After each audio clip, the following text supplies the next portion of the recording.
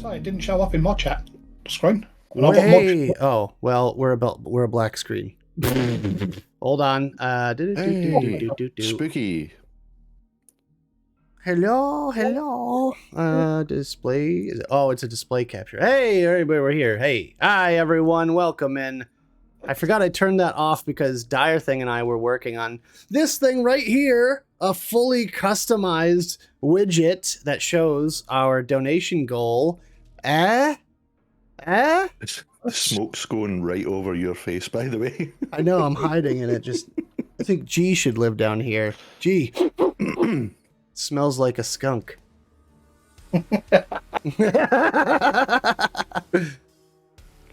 Chef's kiss. Oh. Here, we'll move the fog. Fucked up my prescription, so I don't have it. It'll be next week before I do. Oof. Fuck's sake. Yep. If he was closer. I like living in the fog, Jenny. This is more of an audio podcast anyways. It's not even a video. Like, look at us. Come on. Yeah, I was going to say, I'm fairly sure a lot of people would want to watch the show with just the blank screen instead of our faces. Well, this one's definitely a face for radio. Well, I got a face like the Pringles guy. Yeah, definitely. We were just talking about that before the show. Now that brings up an interesting topic of conversation. What are your dream sponsors, right? Big shout out, early shout out for the sponsors, first of all. Jane, Shy Tots, multi-award winning e-liquid, as well as skincare products as well. Make sure you guys use the code What's Your Favorite Cheese for 20% off everything except the Misfits line. And with that, you can get at her on her various socials on Facebook, Discord, or Instagram. Otherwise, check out CC Coils. He makes some excellent coils for all the vapage, where you can get 25% off using the code Who Needs Underpants, which still remains to be true. Who needs underpants? And me. And G. I have a They're command for overrated. G. There's G. Check out G on YouTube and Spotify. And There's the iTunes links. and all music platforms. All music platforms. Just download it and pay for it everywhere, so that Yeah, G gets give me that 0.2 pence per listen.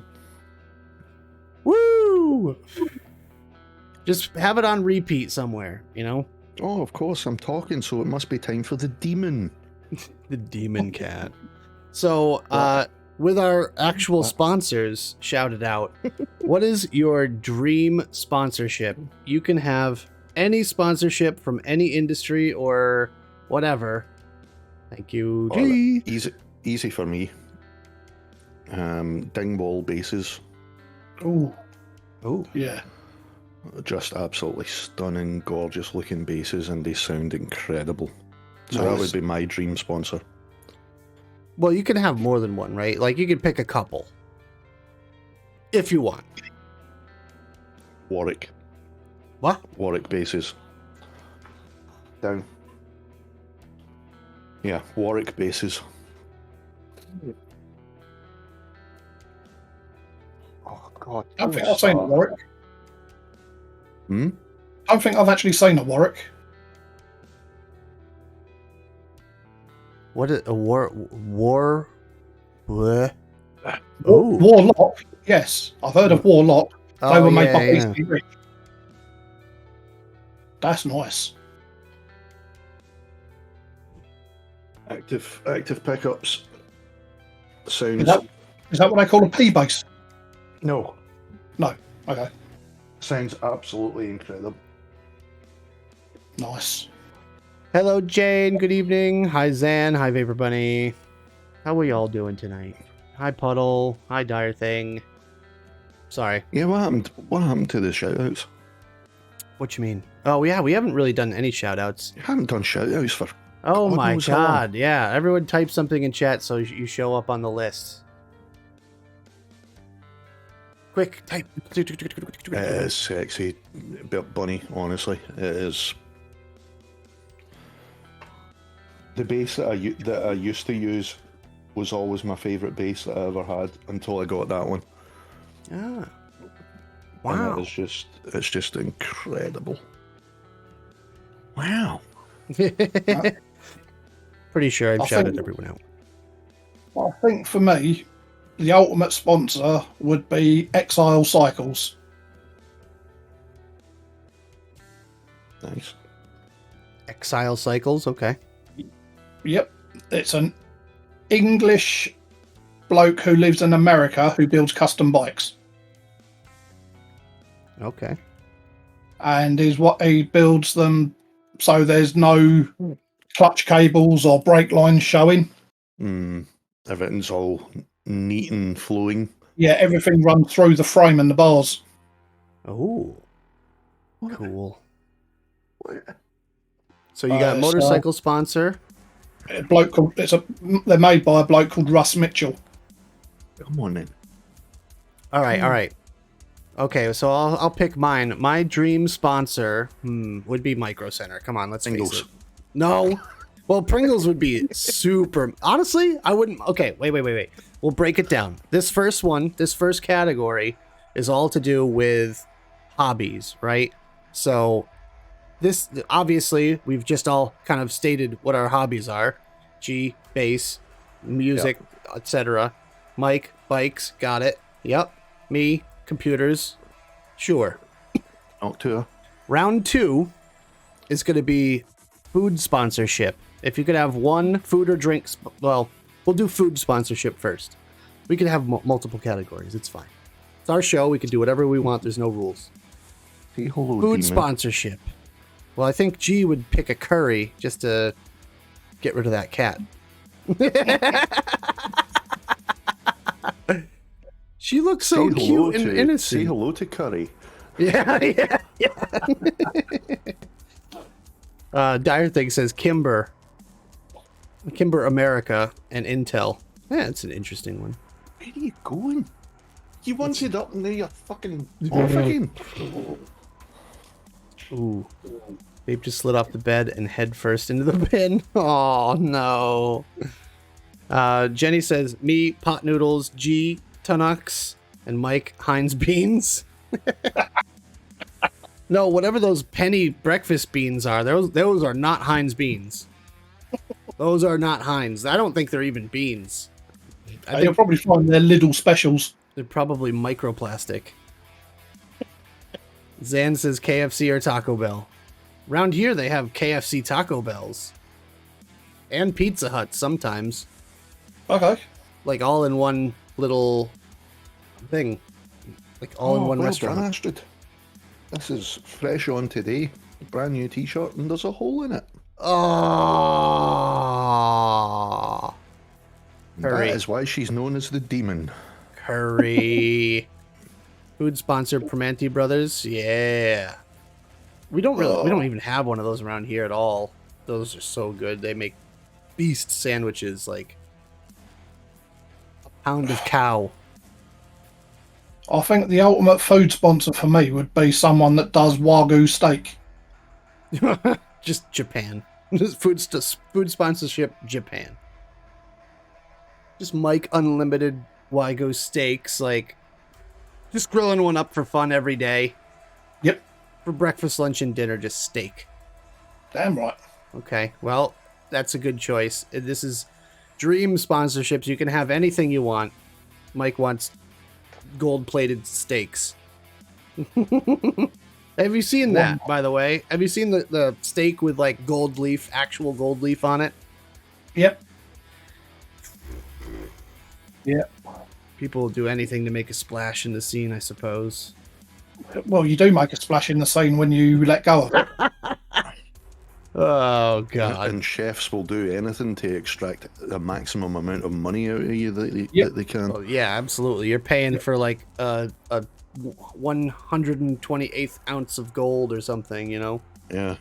Yeah. All it means is your shit will sparkle. Yeah. Yep, it's like drinking Goldschlager. Yep. Back in the day when we thought we were cool kids and we had Goldschlager. Nice one. G, what would your food sponsorship be? Ooh, that's a tough one. Actually, It's a thinker. probably Kraft dinner. No way. Yep, Kraft cheesy pasta. Anything in the world as a sponsor. Yep, And you Kraft just cheesy eat pasta. cheesy pasta every day. Yep. You're half Canadian, I think. Pretty sure Puddle Jumper would agree with that one. Yeah. Puddle Jumper found the loophole. He said, Uber Eats, get whatever, whenever. I mean, I guess. It's kind of bending the rules, but, you know, not that there are any rules. I'm making that bump on the spot, so. Let's see. Jenny says she wants Choose noodles, which they're damn good noodles. There is nothing like a badly packed kebab delivered by Uber. Ugh. If I I had don't do lamb. Honestly, I would do pretty much anything that could make me an English breakfast over here whenever I want it. So, or a Canadian lumberjack breakfast. You ever see one of those? Woohoo! Hold on, I'll get it on the screen. Lumberjack breakfast. It's insane how many calories there are.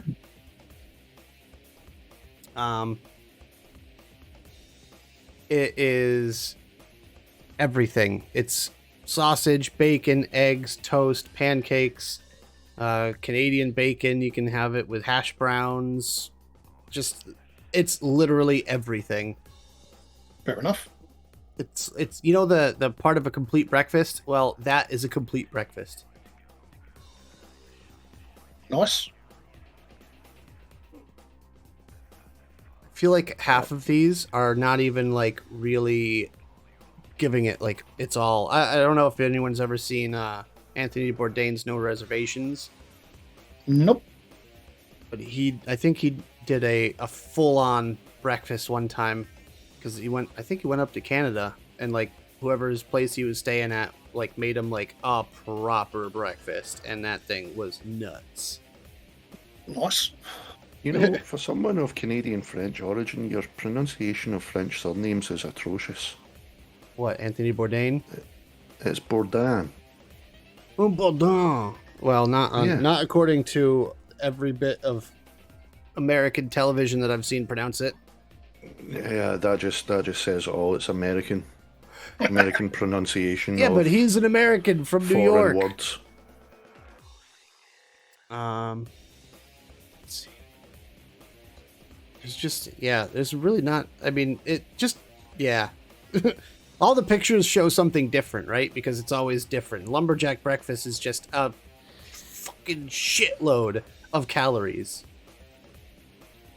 to get you ready, because like it's meant for people that are going out and working all day. So you got to fuel the entire day with one meal and keep you hearty, you know? Really, that I think. Like here, lumberjack Even breakfast. they don't sound that French. Oh, that's basically a Scottish breakfast right there. Except, what the fuck is orange doing in that plate? Look, you got to have some sort of vitamins. That's why the English breakfast put tomatoes on it, Yeah. not orange. Well, orange is a palate cleanser. Fuck.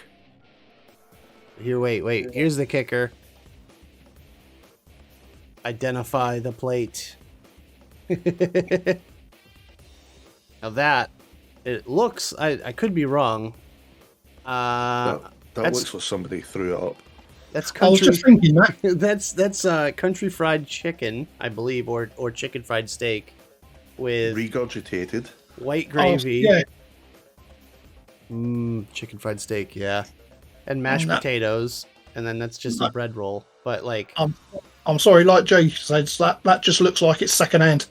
we could do biscuits and gravy if you want. If you prefer that, biscuits and gravy. Now that, yeah, you're gonna say that looks regurgitated as Oh, well. holy shit, that just looks wrong. Oh man, it's so good. That's like bird shit between two fucking bread rolls. Buttery biscuits, with some country gravy on top. Oh man, Type in full Scottish breakfast. Okay, let's see. You're making me hungry now. I'm feeling. Holy shit! Jesus! All right, Yeah. let's see. That, I've got to that admit, is what put hairs in your chest. I had a nice 3 fish roast today. What were the fishes? It was cod, salmon, and haddock, Oh man! and it was covered in the white gravy, and it had So you do have white gravy. you call it white gravy. We actually call it like a cheese sauce. Oh, Yeah. what? No, there's no cheese. It's. Or a bechamel. Yeah, that one. And it had red onion and breadcrumb topping. Oh man. Okay, See, making look at that. everyone hungry. Jane says jam jar sponsorship and or cheese producer. That's fair. Hey, you want a jam jar sponsor? You got no better than Kilner jars. I will say, Bunny, the Ulster fry is very similar to a Scottish. Very similar. So how far a drive is the Canadian border from you, Nick? Asking for a friend. Depends on which Canadian border you're talking about. If you're talking to Ender, it's about 8 hours. If you're talking Niagara Falls, it's about 6 hours. If you're talking straight north up through Vermont, it's about 4 hours. But that's just to the border. To anything worth note, it's about 6 hours. Up through Ooh. Maine, that's like 8+ hours because it's all back roads. There's no highways up there. What's up, CZ Coils UK? How you guys doing? How are you guys? How's yous? And Hey, another how's yours going? ultimate sponsor for me would be Fork Niven Knives. Okay, we'll go another round. Hold on, I have to wait. G, you need to pick your food sponsorship, right? It's You what I did. did. I did. Ooh, what'd you say? Half cheesy pasta. Oh yeah. I need to pick mine then. Yeah. Oh, I said that mine would be any anyone that could deliver me a breakfast. That's how we got started on the breakfast topic. Okay, drink sponsorship. Who wants to go Puddle. first? Wipe. That's better. Wipe. There you go. There you go. Drink sponsorship. Any beverage, go. Whoever wants to go.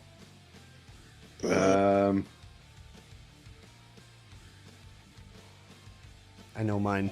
Here, I'll do mine. I'll let you guys think. Okay, mine's is easy. I don't drink. High noon. Okay, so if we're talking any beverage, then Any I'm just beverage. going to go cheap and cheerful, which is my favourite thing to drink. Coffee. Any any ground coffee. Any? You're not even picky? You're not even like, oh, well, I Preferably prefer... a dark roast and something that hasn't been shat out. What, you don't want guano coffee? No, Like the I don't really want- expensive, like... I don't want Civet Cat coffee or Llama coffee or anything like that. What about gorilla coffee? Not Starbucks. Starbucks is piss water to me. Oof. It's not strong enough. Put it this way, when I go and get coffee from anywhere, I have 4 espresso shots. Jesus Christ. That's how strong I like my coffee. It's got to have 4 espresso shots.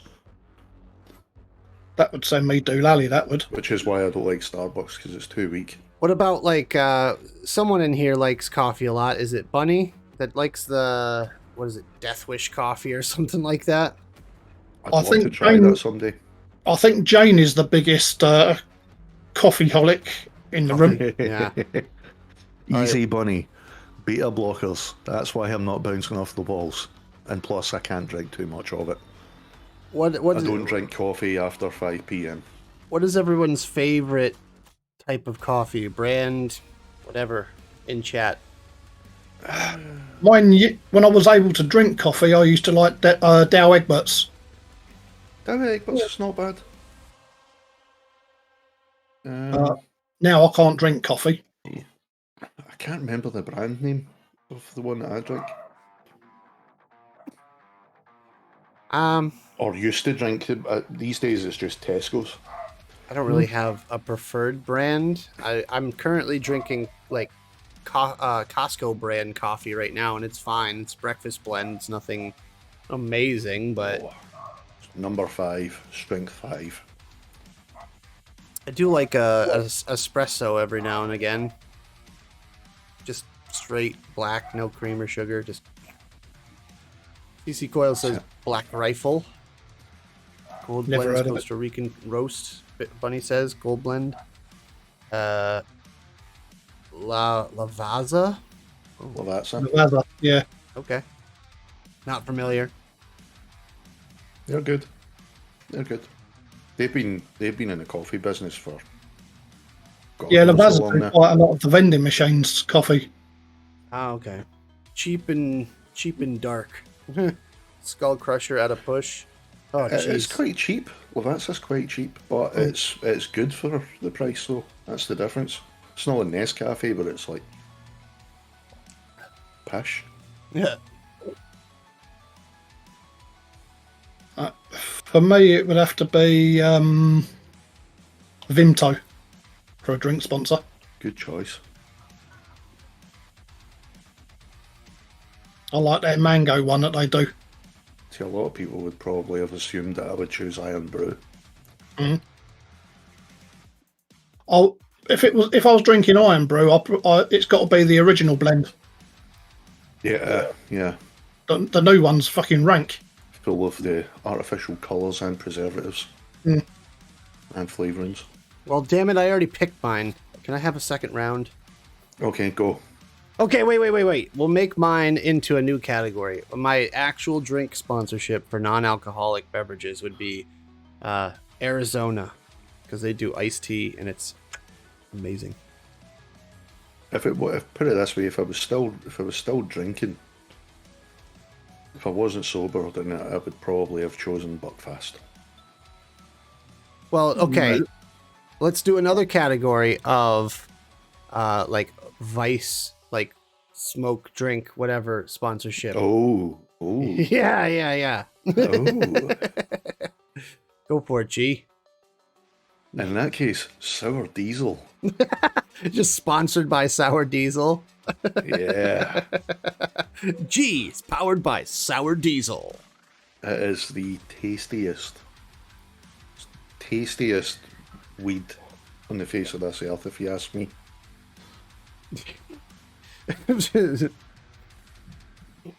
I'm trying to think of like slogans, right? Like for ads, like you need to pick me up. Get yourself some Sour Diesel. It'll fuck you up. Diesel.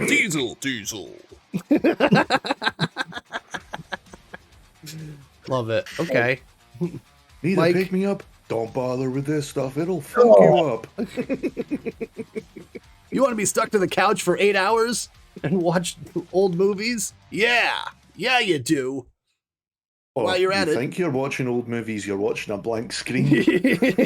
While you're at it, grab some Pepsi and Pringles. Mike, what you got? Well, I'm actually quite liking the stuff I've got at the moment. It's a throwback to what in the 90s we used to call cheese. Oh, yeah. Cheese weed?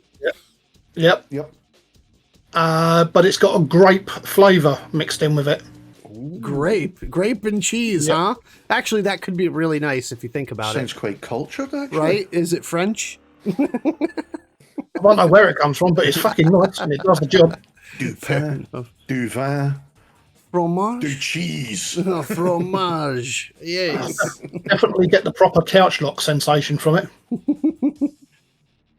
Sweet petrol? No. Sour diesel.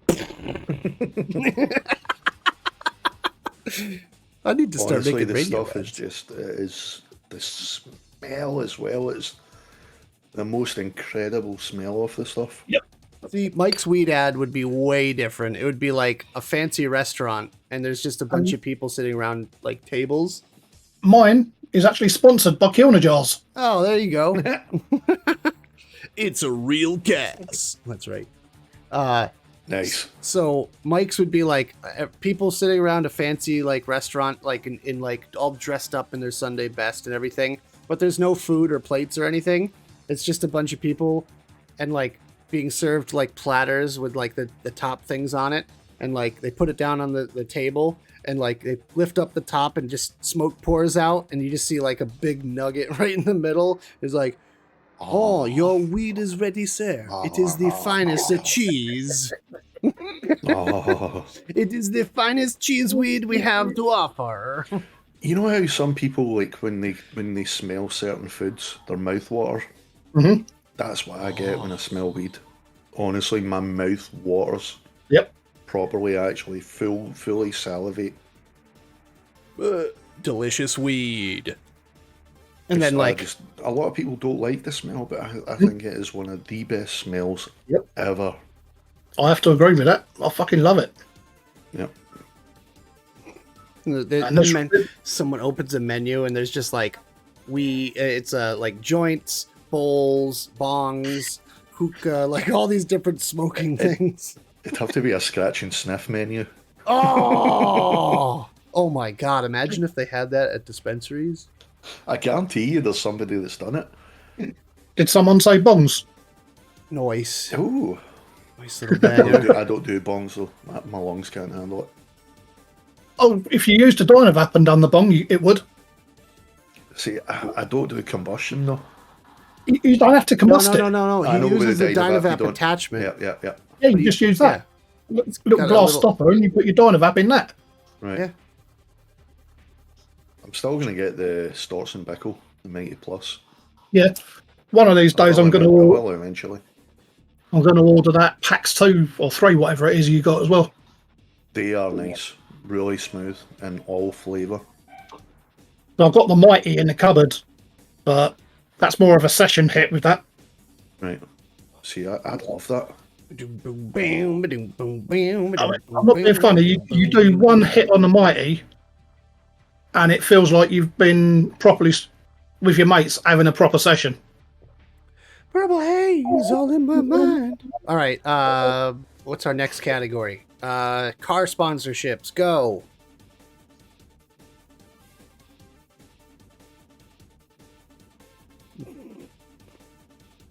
Pagani Zonda.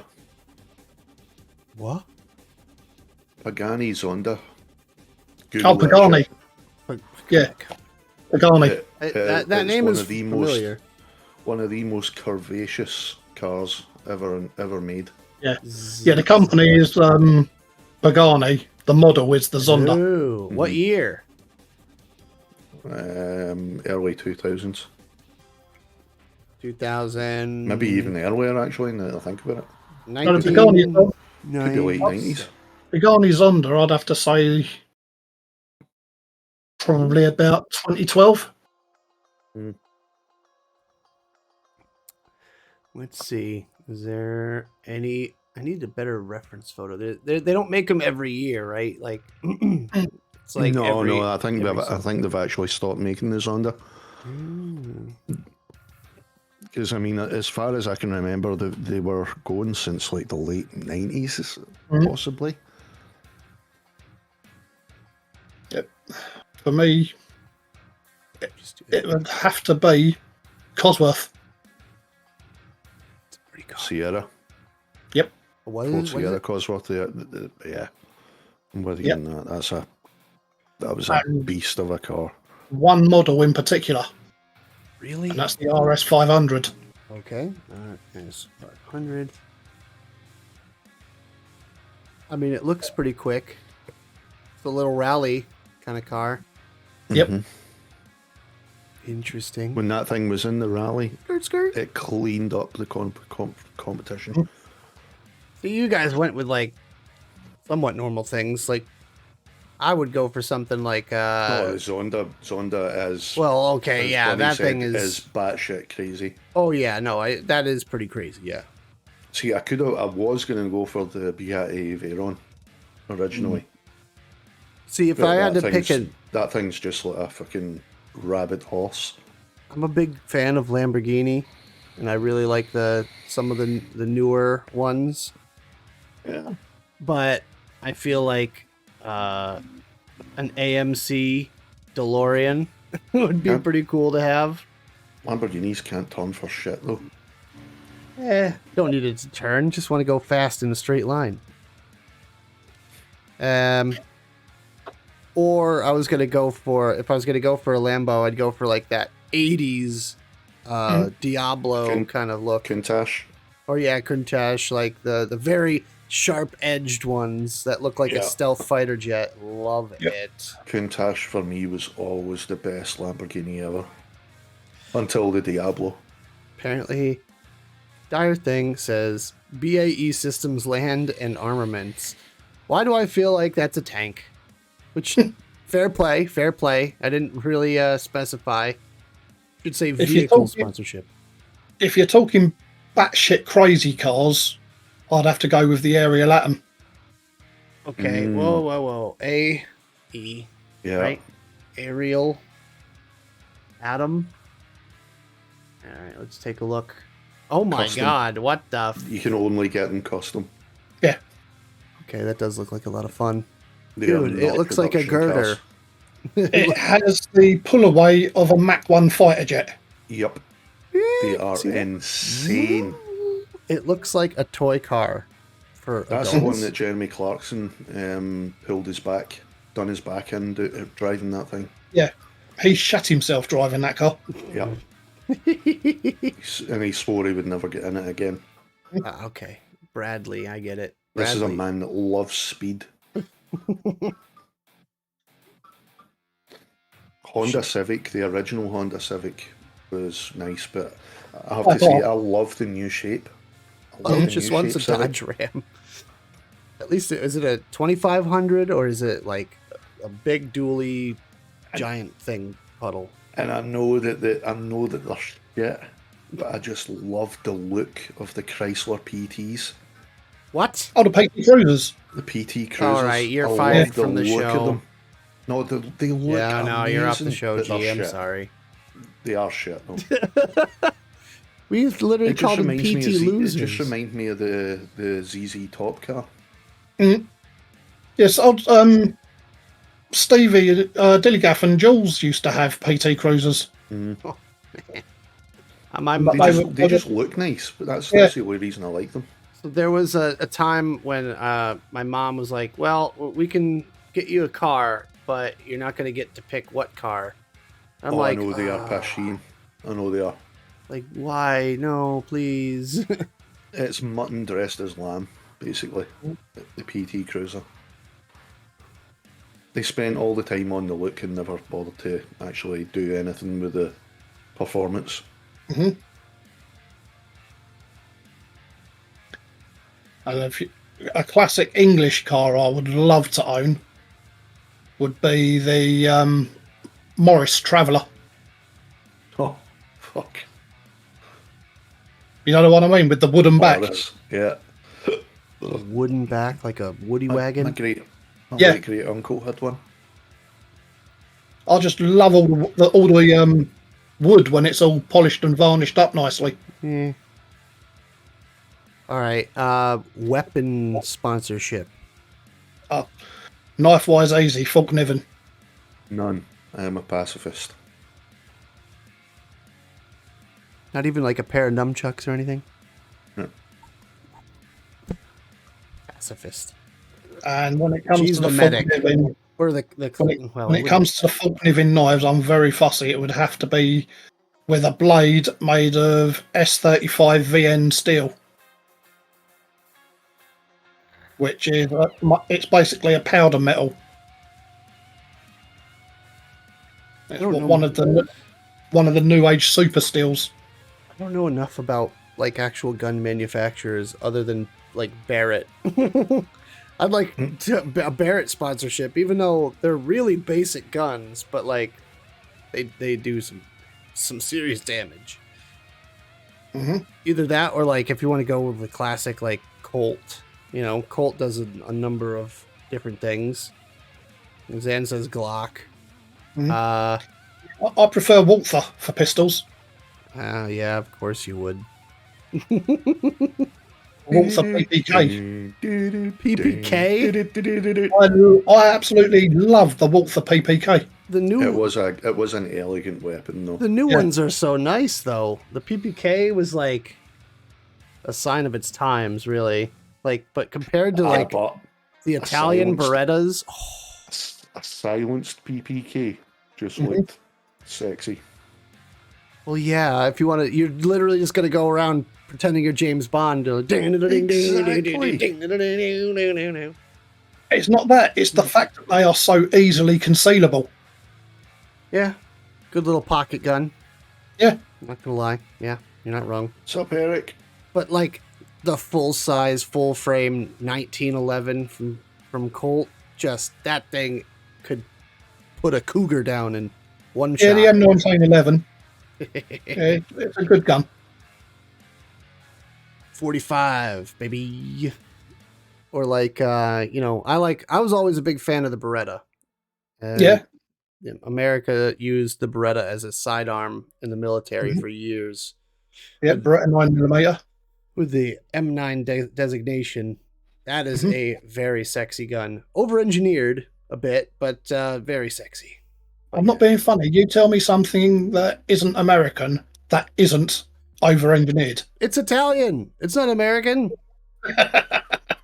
No, American guns are simple. John Moses Browning.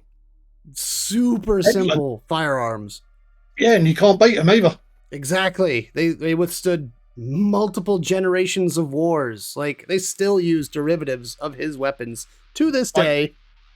Browning shotguns are fucking awesome. The M2 machine gun, the 50 caliber. Yep.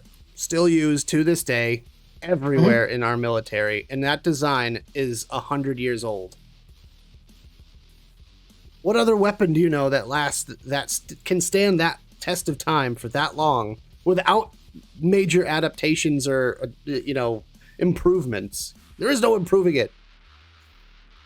There is. Okay, there's a few little minor things that they could do, but that said, it's a very reliable, very good firearm. Yep. And another pistol would have to be the Luger. Over-engineered as fuck. Another one. The Luger, mate, it is so easy to fire and hit what you're aiming at. I guess that's fair. SAS is not a weapon system. It's a group of people. Benelli, Most lethal Shotties. group of people. Yeah, they are world-renowned. Yep. But the thing is, no matter special forces around the world, no matter how many things you strap to your weapon system, like an M4 or something like that, it will never be as reliable as an AK-47. No. There's AKs fighting in the conflict right now between Russia and Ukraine that are ancient. Like I've seen like pictures and footage that they've picked up off of like soldiers where the firearms were manufactured in like the 50s. And we're now getting to the point that the 50s is close enough to call the 50s in 2050 rather than 1950. So that's saying something as well. If you think about it that way. We're closer to 2050 than 1950. But war, what is it good for? Oh, stepping on ducks, I guess. Okay, moving on. We've gone through food, drink. Ooh. Man, I got nothing. Okay, favorite holiday destination. Oh, travel sponsorship.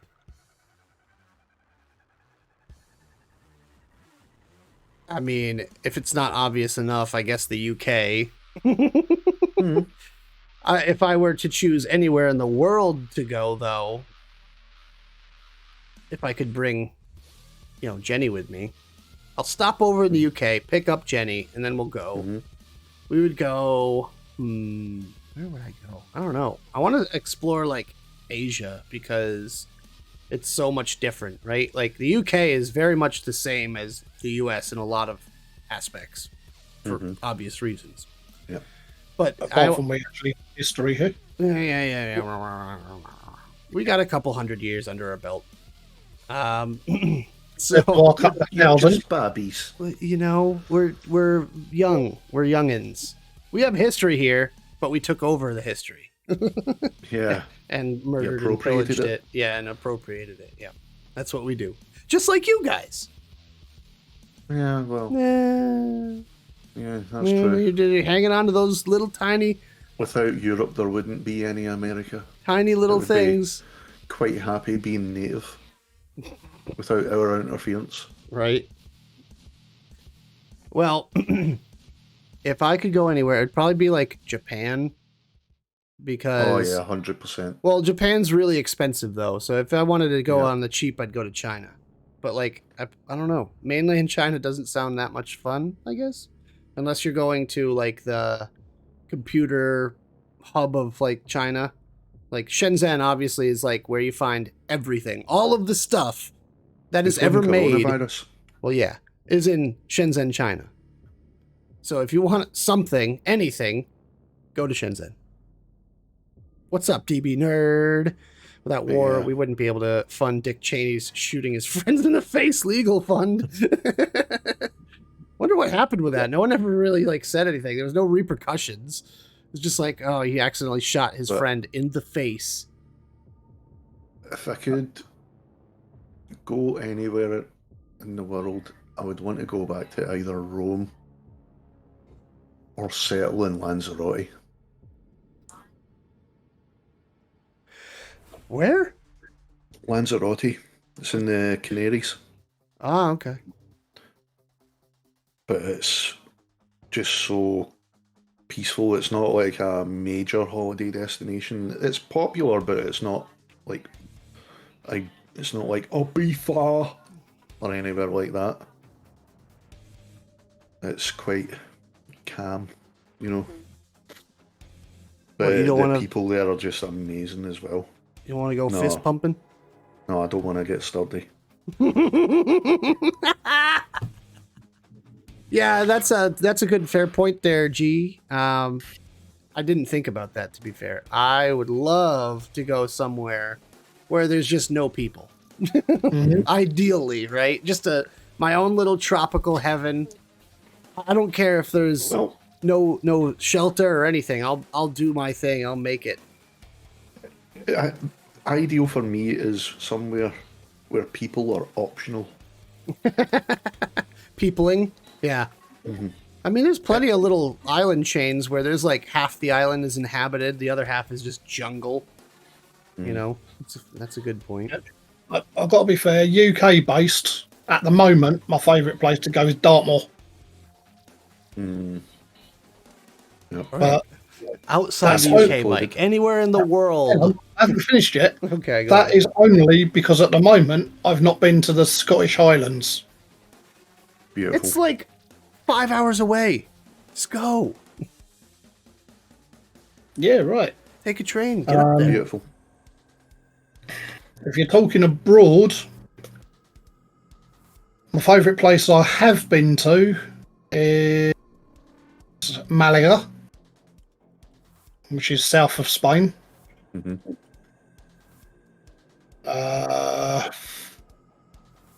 Yes, I would like to go to Japan, but it's got fuck all to do with the cities. It's got to do with the historical places. Yep. And I would love to go and watch a true samurai master The Shido. holding a weapon. Oh, Mike, we can go together. Let's go. That is one on my bucket list, is to actually go and watch a proper swordsmith. I would end up in jail if I went to Japan. Why? Not for like the reasons you just thought of. No, because I would have to use that phrase, that I'm sorry, these drugs do not belong to me phrase, and they would just throw me in jail anyway Oh, for instantly. wasting their time. Yeah. Again, yeah, China, I'd like to visit, but again, for the historical side of it. Yeah, but you have to put up with communism when you go there. Hey, but you know what? I'd only be there for a short time. You know what the good thing about China is? It's cheap. Like you can go for a night out with a nice steak dinner and the whole lot, and it's like $50. Mhm. Or for you guys, it would be like £35. If I was gonna settle anywhere, it would have to be somewhere like Alabama. Alabama. Oh man, you got to deal with all them big hogs and stuff, and cull the herd and population. I don't give a fuck. I'd be able to walk the streets with a side piece. Mike would go and take his helicopter up and get some 300 blackout rounds with a night vision scope and pop some of those big giant piggies. Would Aye. love to visit the Skinwalker Ranch. Oh god, yeah. Yep. Nope. Love to visit that place. Nope. Nope. Nope. Nope. Yep. Nope. Nope. Nope. Nope. Nope. Nope. Nope. Nope. Yep. I'd love to actually camp out on the Skinwalker Ranch. Yep. Yeah, that's all you guys. Have fun. Bye. No. All you have to put up with is like spiders, snakes, and coyotes. And skinwalkers. Maybe the odd mountain lion, possibly. And skinwalkers. No such thing. How do you know? Have you seen one? It's just no, they're just misunderstood phenomena. That's all it is. I don't know, man.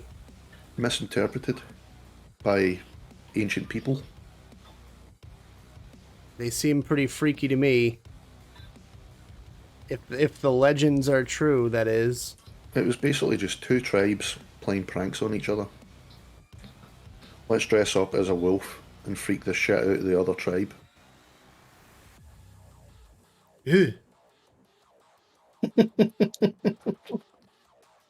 But there Yep. are some really fucked up phenomena over there. Yep. Yeah, 'cause that was the ranch where it had the cattle mutilations and that, wasn't it? Still going on. Yeah. Still happening to this day. Nope. Nope. Nope. Nope. Nope. Nope. Nope. Nope.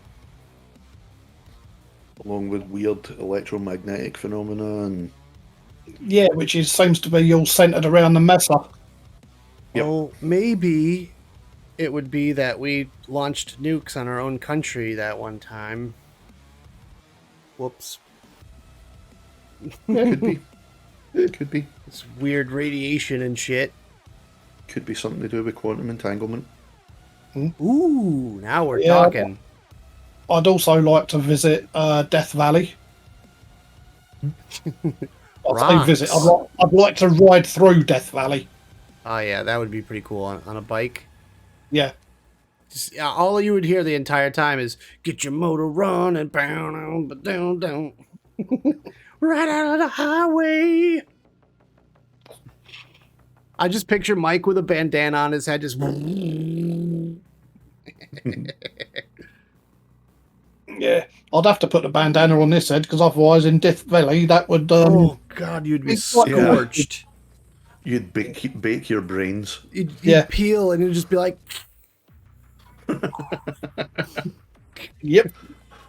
Yeah, Mike ripping through the salt flats, just. Mike, I picture you doing Route 66 on a bike. I'd like to have been able to do the original Route 66. That's not the same anymore. Sucks. No. I mean, back in like the 60s and 70s, there was just a million tourist traps along the way where you like Yeah. see the world's biggest this or see the world's smallest that, or you know, there's all sorts of shit like that. But now they're just sitting decaying, you know. Yep. And I'd also like to visit some of the American, what they call them, like the Wild West towns. Pioneer Oh towns. yeah, like ghost towns. There's an actual like operational ghost town that's like underground sort of ish. There's a map in Call of Duty Zombies that it's based off of, and it's like an old mining town. And it's like a tourist attraction kind of thing today. Mhm. But there's like legends of like, you know, mystery and all this other stuff behind it as well, because you know, whenever you have a mining town, you have mining accidents, and you know, mining accidents mean death and dismemberment and harm and all that stuff, which leads to very bad energies, and bad energies lead to, hauntings and spirits and unrested souls and all that. The vulture mines, 10 mines. It's one of the most famous ones. Mm-hmm. I like caves. I could go for spelunking. Not for me.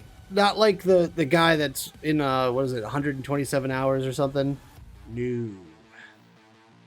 I've been bowling in this country. I'll never go again. We have one pretty close that I've been to. It's like was it Howl's Cavern or something? Shit. Let's see. Caves near me. What is it called? When I went to Mallorca, Ow Cavern. Yeah, which is one of the Spanish islands, I did visit the caves of Drac. How cavernous. That's one. And yeah, that was one coach journey that I literally shit myself on. It wasn't me driving it. But I was sitting at the back of the coach, and the rear wheels of the coach on the corners were hanging off the side of the mountain. That was the coach ride we done through the it's volcanoes. It's like volcano flats and all that kind of thing in Lanzarote. The front of the bus had a good 6 to 8 feet from the front wheel to the front of the bus. Yep. So if you were sitting on the top of the bus at the very front, yep, you were on the bus went round. Oh God! You were hanging over the cliff. Yep. No. And it was like a good 100 feet down, and I was at the front right of the bus, and I'm scared of heights. So oh God! Like, ah! Me and my niece, two of us are scared of heights, and we're shitting ourselves because this guy obviously had done this route like 10 times a day for like a good few years by the looks of it, because he was flying round the road. Didn't even think about slowing down. Yep. So, it's fucking horrifying, man. Yep. The caves of Drac, they were eerie as fuck as well. In one of the caverns, there's a huge underground lake. Oh, wow. And there's no lighting in there, and all you can see is a little pinprick of candlelight in the distance over the lake. Nice. And it's actually a boat on the lake with an orchestra on it. They should play like the Psychos theme, like. Do they not let them out ever? Yeah.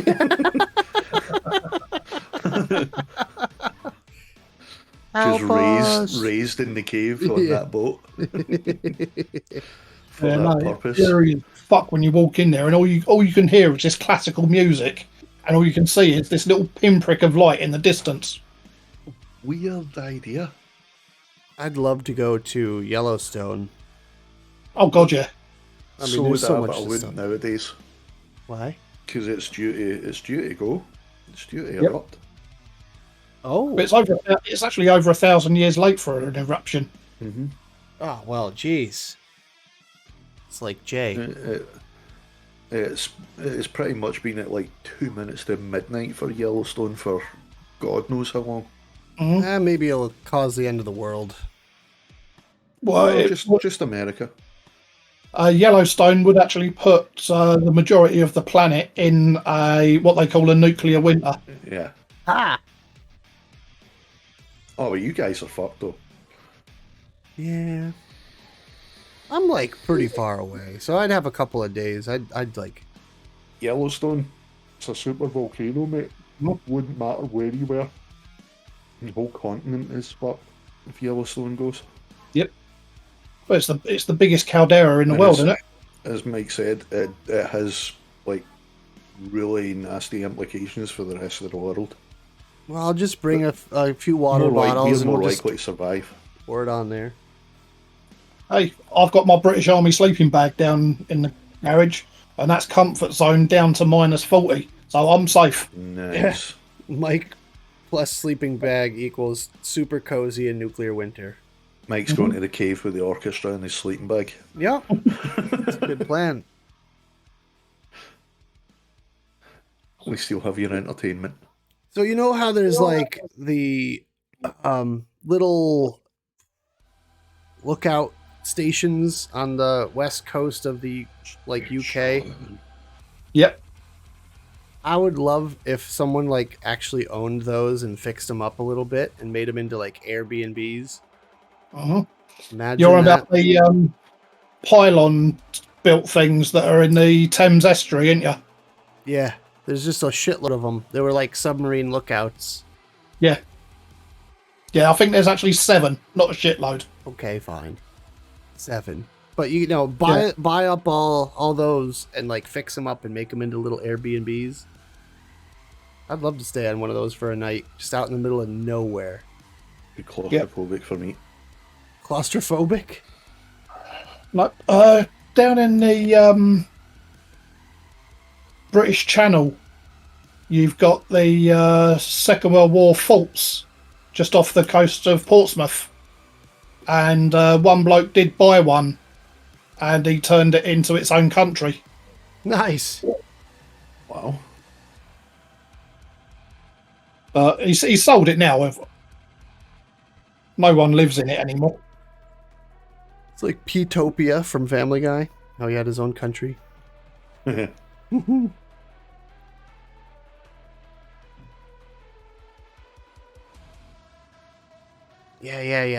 Here we go. The Red Sands, the abandoned estuary sea forts. Yeah. That would be fun. Yeah, at one point they were all interlocked. Like joined together. Why do I feel like that's where they made the movie Waterworld? I wouldn't be surprised. 1, 2, 3, 4, 5, 6, 7. You're right, Mike. There's 7. Oh, look. Look at that. Someone had my idea. That's Fort Boyard. Someone said the Second World War seaforts could become luxury hotel, according to the Telegraph. I mean, that would be the shit, right? That would be so cool. Nope. You wouldn't have to worry about people there. Right? How far off the coast are they? I only think they're about 5 miles out. Yeah, so it's not like you're like that far away. They kind of look like the things from War of the Worlds. Yeah. Yeah. Yeah. Pretty cool. I think it's time for an intermission. You would be correct. It's about the top of the hour. We're going to go to intermission real quick. Have a pee break. I'm going to refill my water bottle and check if there's more coffee. I still have to do that too. Get the intermission music going. But you guys, we'll be back in a couple minutes. In the meantime, grab a snack, grab a drink, go pee. Do what you got to do. We'll be back in a second. Burb.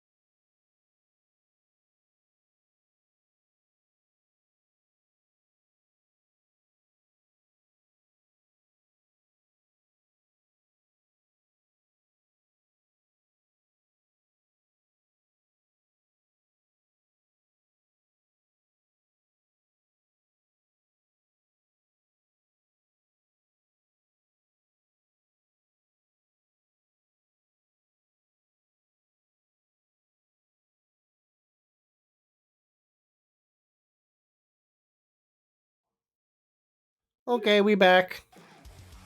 Welcome Hi. back. Oh yeah, I kind of spookified our logo for the time being.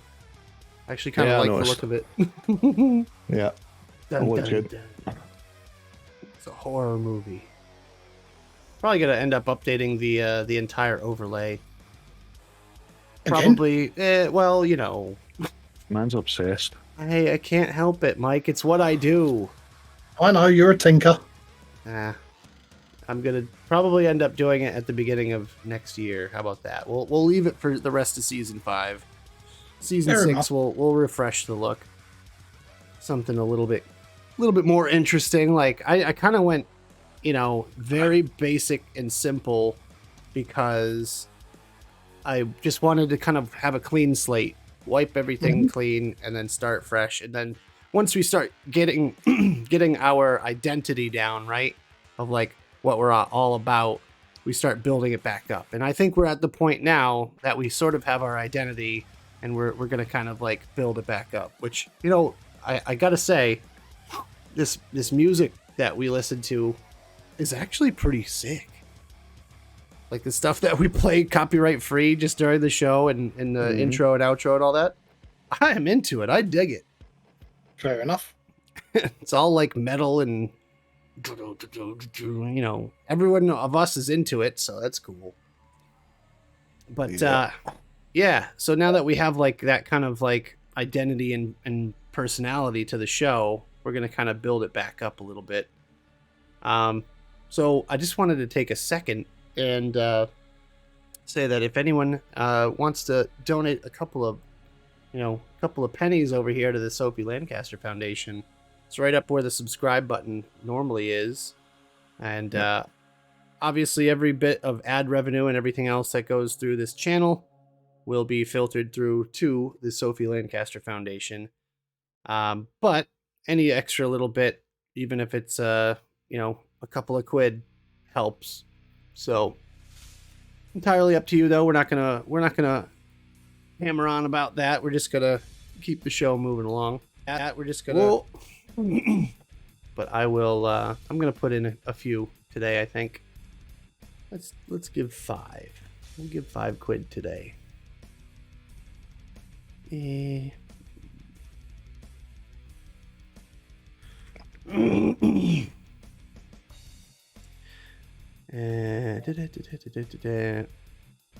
But yeah. Oh, damn it. It doesn't save payment. Oh, that's right, because it's not my account. Get my payment. It's not hooked up to my account. Doesn't matter. Carrying on as we were here. Yeah. So travel and the like, right? What about like if you were given the opportunity to go to, let's say, Antarctica for 6 months with like 50 grand salary and your only job, I'd do it. You wouldn't or would? I would. Okay. Depends on the job, though. Yeah. Well, I mean, your job is a very simple one, right? Like, let's say driving a snowcat around. Just like Scatman Crothers from The Shining. Yeah.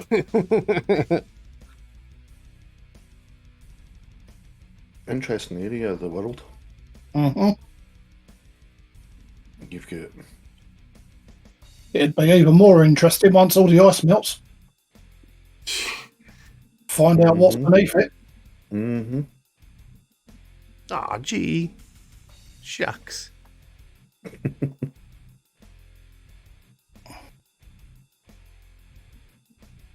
A paltry amount, but still. Yeah, no, I mean, any little bit counts, you know? It's all going to a good cause. I'm planning on That's it. putting in more when I have a bit more cash flow.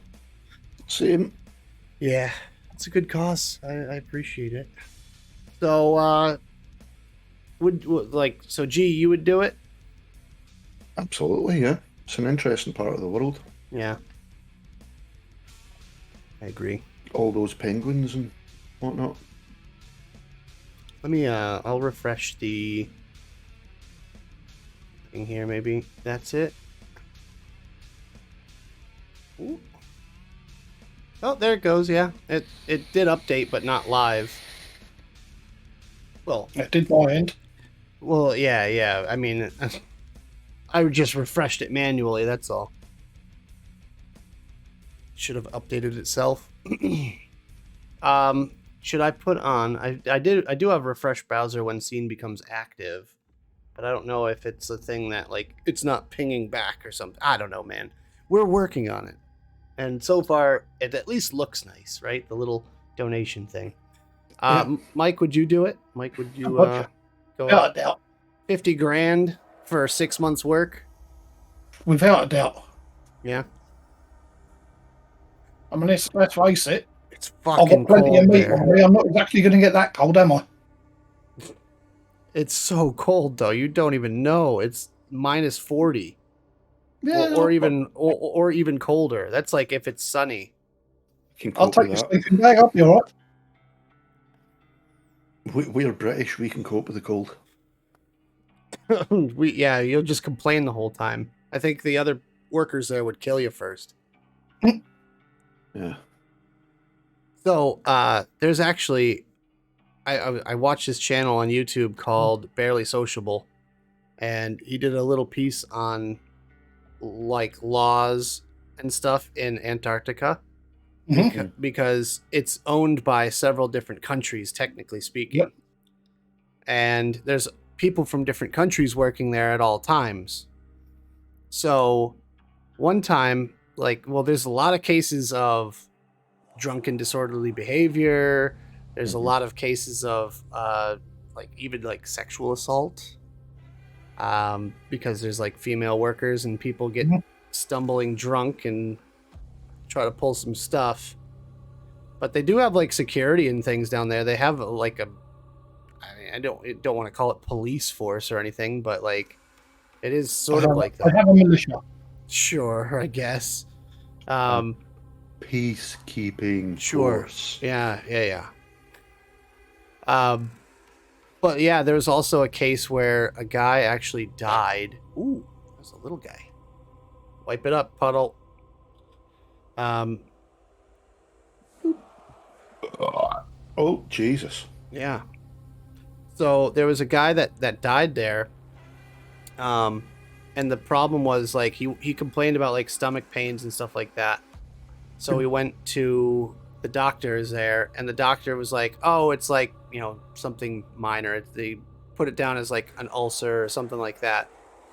And it turns out that like he had like a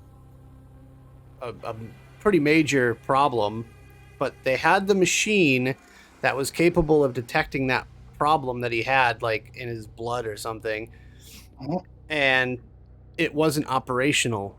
And the guy who was like in charge of fixing it just never did it.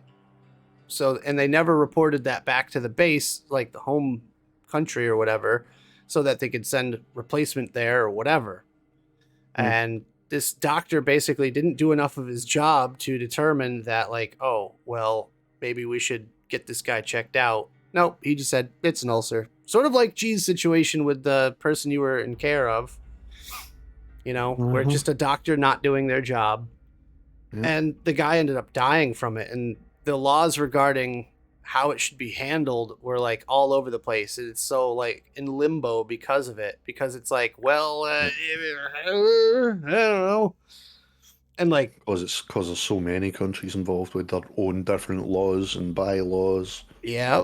And it's like, well, who's at fault? Is it the doctor? Is it the guy who didn't fix the machine? Is it this? Is it that? And it's like, I don't know if anything ever even happened with it, but it's crazy. Not. Sounds like the VA. Yeah, the VA.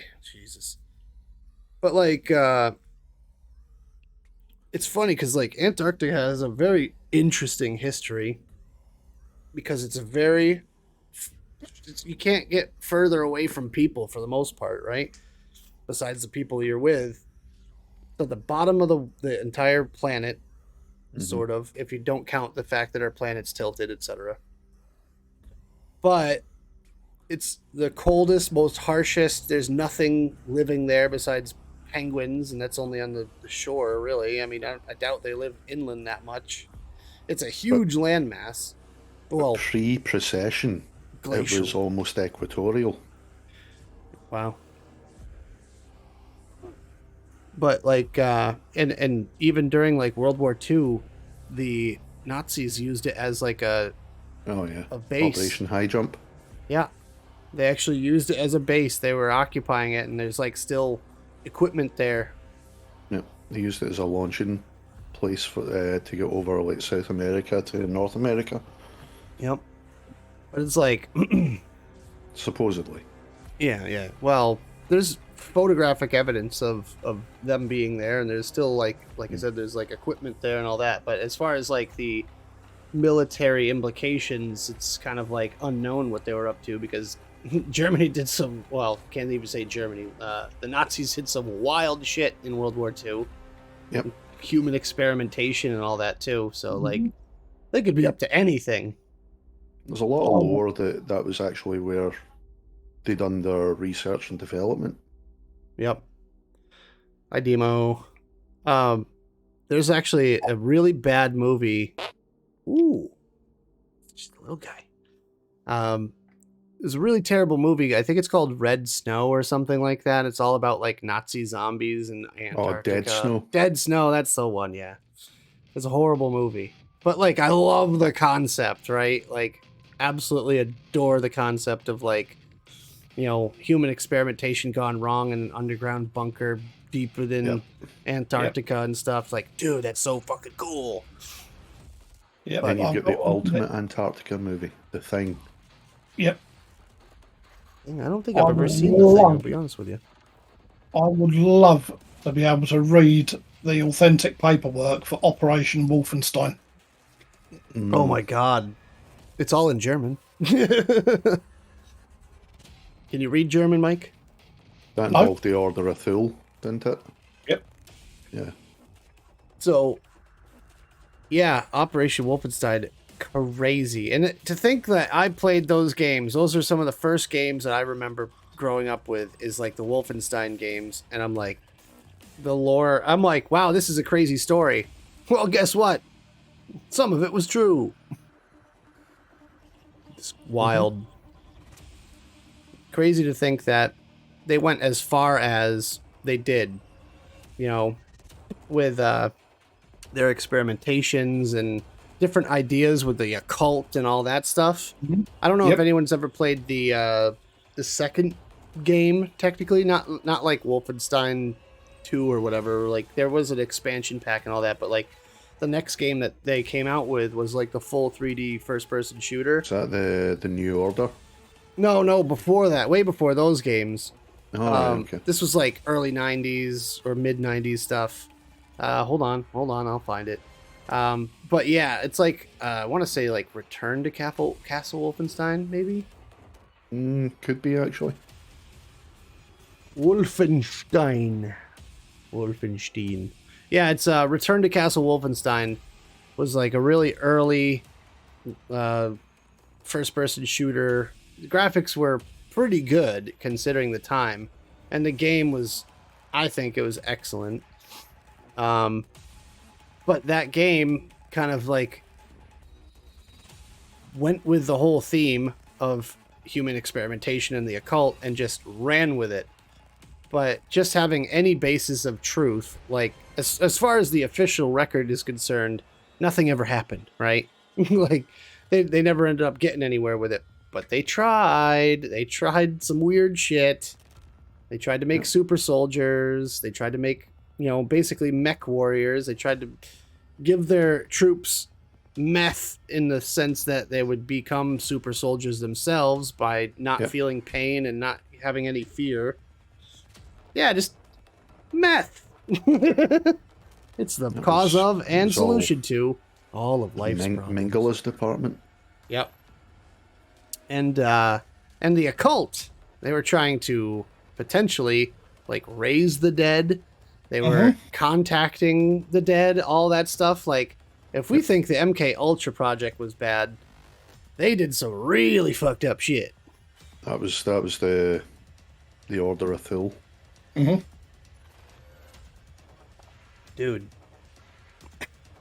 Just wild that a modern military would consider that a thing, right? That was. Well, modern It's. enough. I mean, every military's pretty much done that kind of shit anyway. They've just been secretive about it. Yeah. Oh, well, for us, it was just the Russian clandestine. military's done it. American military's done it. British military's done it. But they just said that they never did. Yeah, of course. But I mean, you've got the psyops Yeah. Oh, well. groups, you know, who That's are a now whole involved other- in influencing public opinion. But that Yeah. all stems from the MK Ultra experiments as well. Did you know Then that? you've got the remote viewers, Yeah. Yep.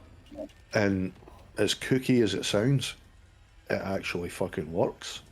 Well, did you know that the American military will actually sponsor social media influencers to make content? Yes. Fucking hell. In some ways, they're more transparent than others, but in other ways, they are not. Talk about psyop. That's how you do it. You get like a hot chick playing a video game or something, and have subtle messages or something. I don't even know, like flashing on the screen. Join the army. Look up Hey Luan. She's literally an army psyop. Ooh, ooh, ooh, ooh, ooh. We like this. This is spooky shit. Ooh, we like this. Oh yeah, I've heard about this chick.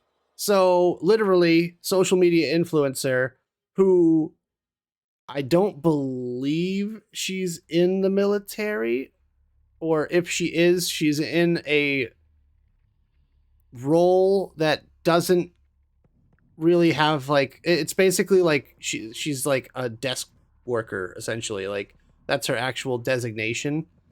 But the military has a designation for people that are like basically their social media people, their marketing. The military has a designation for their MOS. Yeah, that is that job. She's psychological warfare. That's her MOS. Well, at least they're being somewhat transparent about it. Thirst trap to get people into the military. Yeah. All right, well, we'll just show on the screen here, and we'll get your guys' opinion.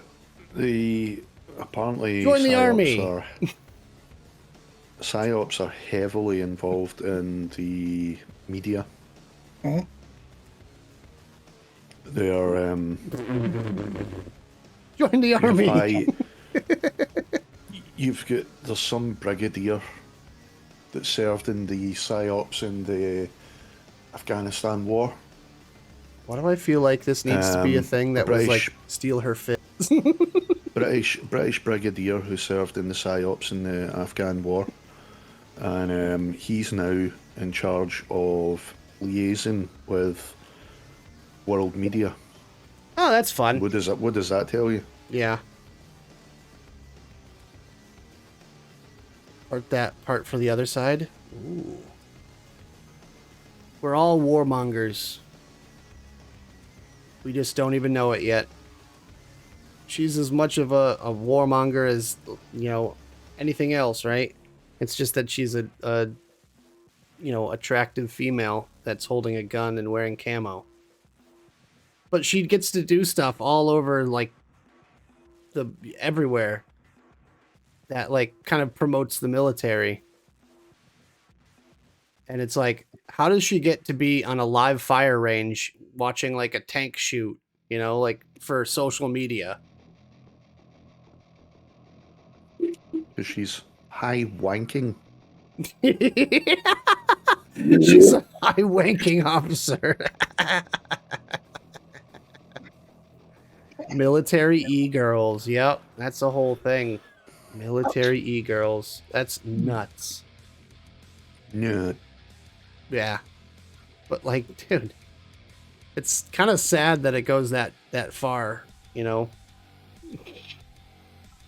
Ooh, woo! tank ranges aren't that hard to visit if you know the right folks.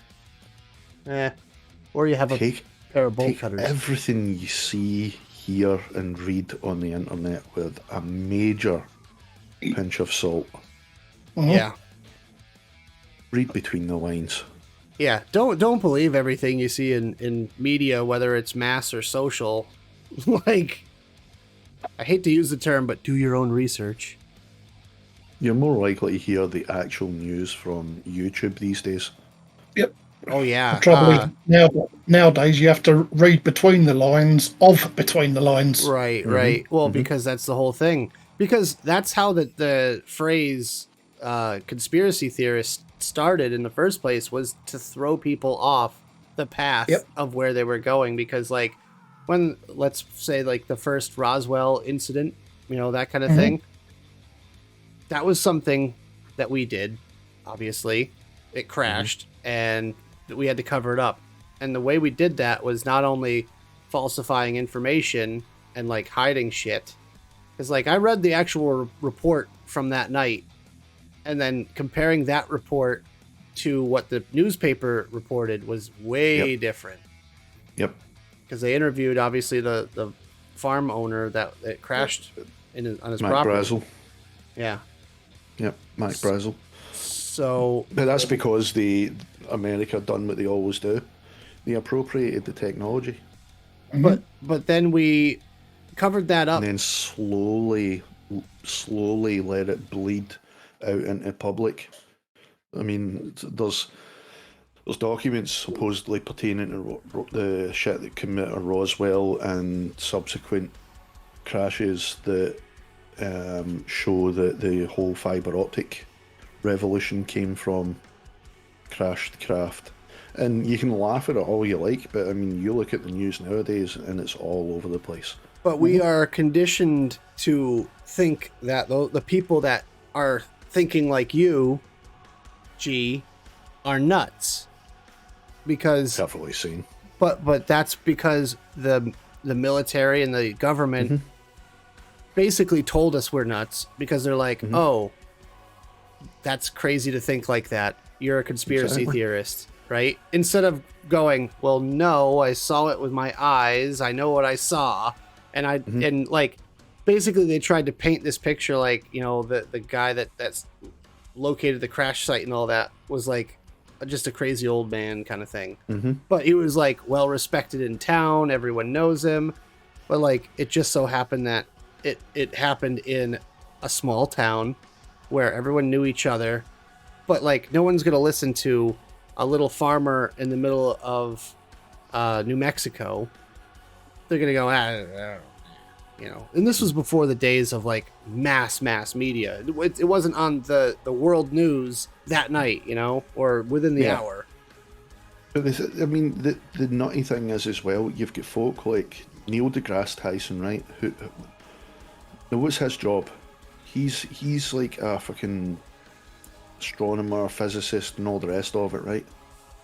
His job is literally to answer the questions of how did life start, where is there life elsewhere, and then he's going on TV programs and radio shows and podcasts now and saying it's laughable to think that there's other life out there. He's a scion. He's literally painting the exact same narrative that was used for Copernicus. Who's the other one? Nostradamus. No, the other Magellan. He was a explorer. Yeah, but I mean, those basically the guys that said that the Earth was round, the Earth was round and revolved around the sun, and then all of the politicians and religious folk and supposed scientists at the time were saying, no, that means that we are not the center of our own universe. We are not the almighty. Right. We like to think of ourselves as he's basically doing the same thing. beings. Tyson. Yeah. DeGrasse Tyson's basically doing the exact same thing. And the people that are actually doing the proper job of going looking for life elsewhere, or that even talk about life being elsewhere and the possibility of how it can come about, are being laughed at. And that's also discounting the fact that there could potentially be wormholes into other universes, Yep. essentially. And If I don't know if you believe in and the in multiverse physics, theory, the physics, the math shows that wormholes are a distinct possibility. They do. They should exist, and probably do. It's just we haven't witnessed any. Not naturally occurring anyway. I think they've managed to create a quantumly entangled wormhole between two particles. Yeah, that was the experiment with the Hadron Collider, wasn't it? I think so. But they've done it. I mean, they've basically kinda done it. Don't know if it is technically a wormhole. They created a black hole. yeah. Oh, I know they've created black holes. So, Dire Thing said about the Roswell incident. There's also fairly good narrative on Roswell that it was a military cover-up of pretty tame military stuff by today's standards that was bleeding edge at the time, which is literally what they've been doing for years since Skunkworks. Also, I mean, that came after Roswell, but like Skunkworks was the invention of spy technology in the middle of the Nevada desert. The thing that makes me kind of disagree with that though is that what was the officer that was pictured with the supposed debris.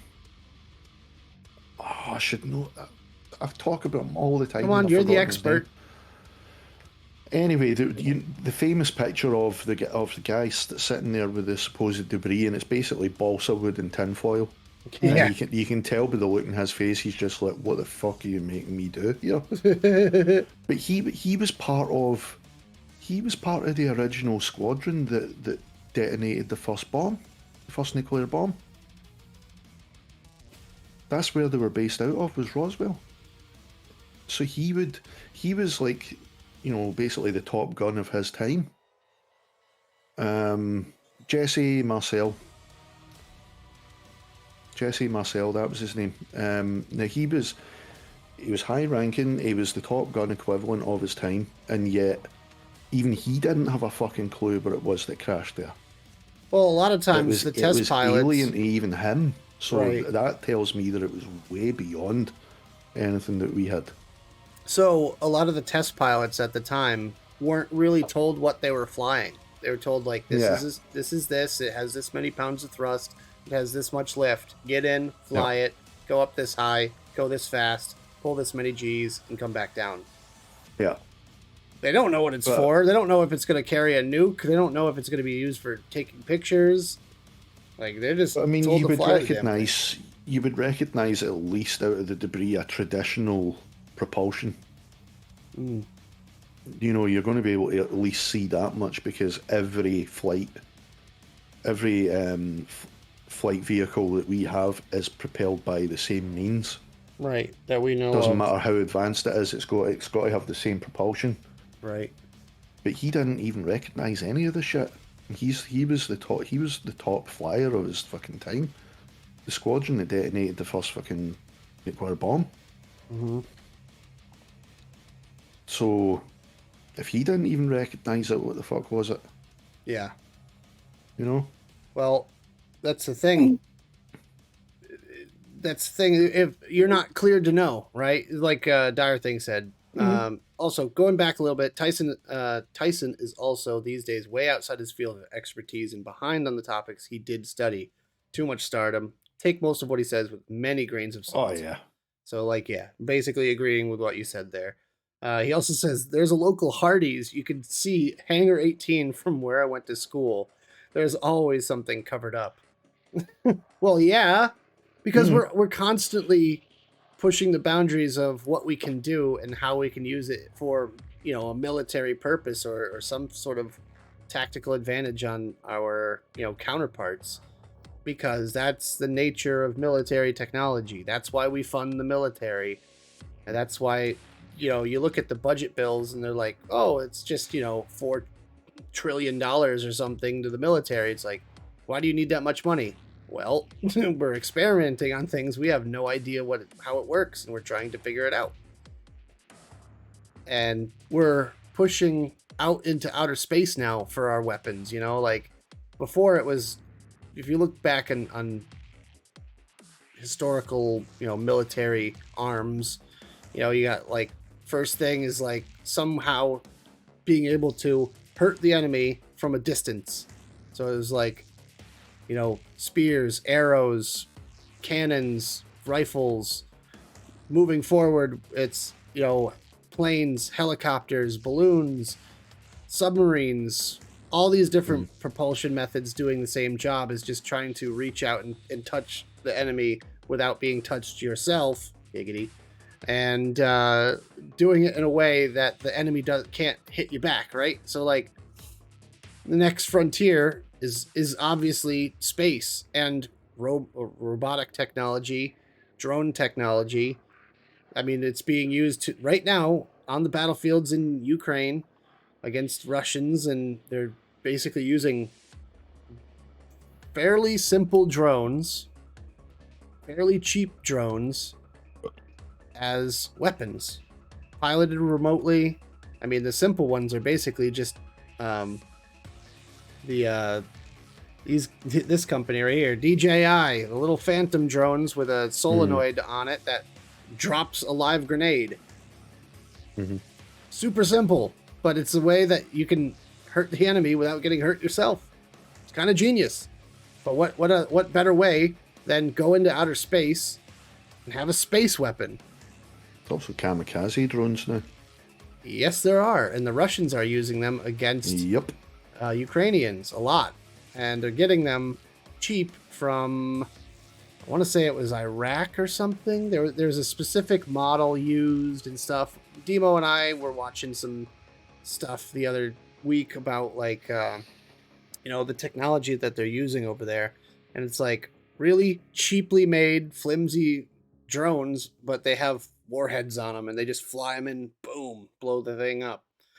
And that's how the Russians are still going, is because their weapons are so cheap. Like, it's a third of the cost of like an American equivalent, right?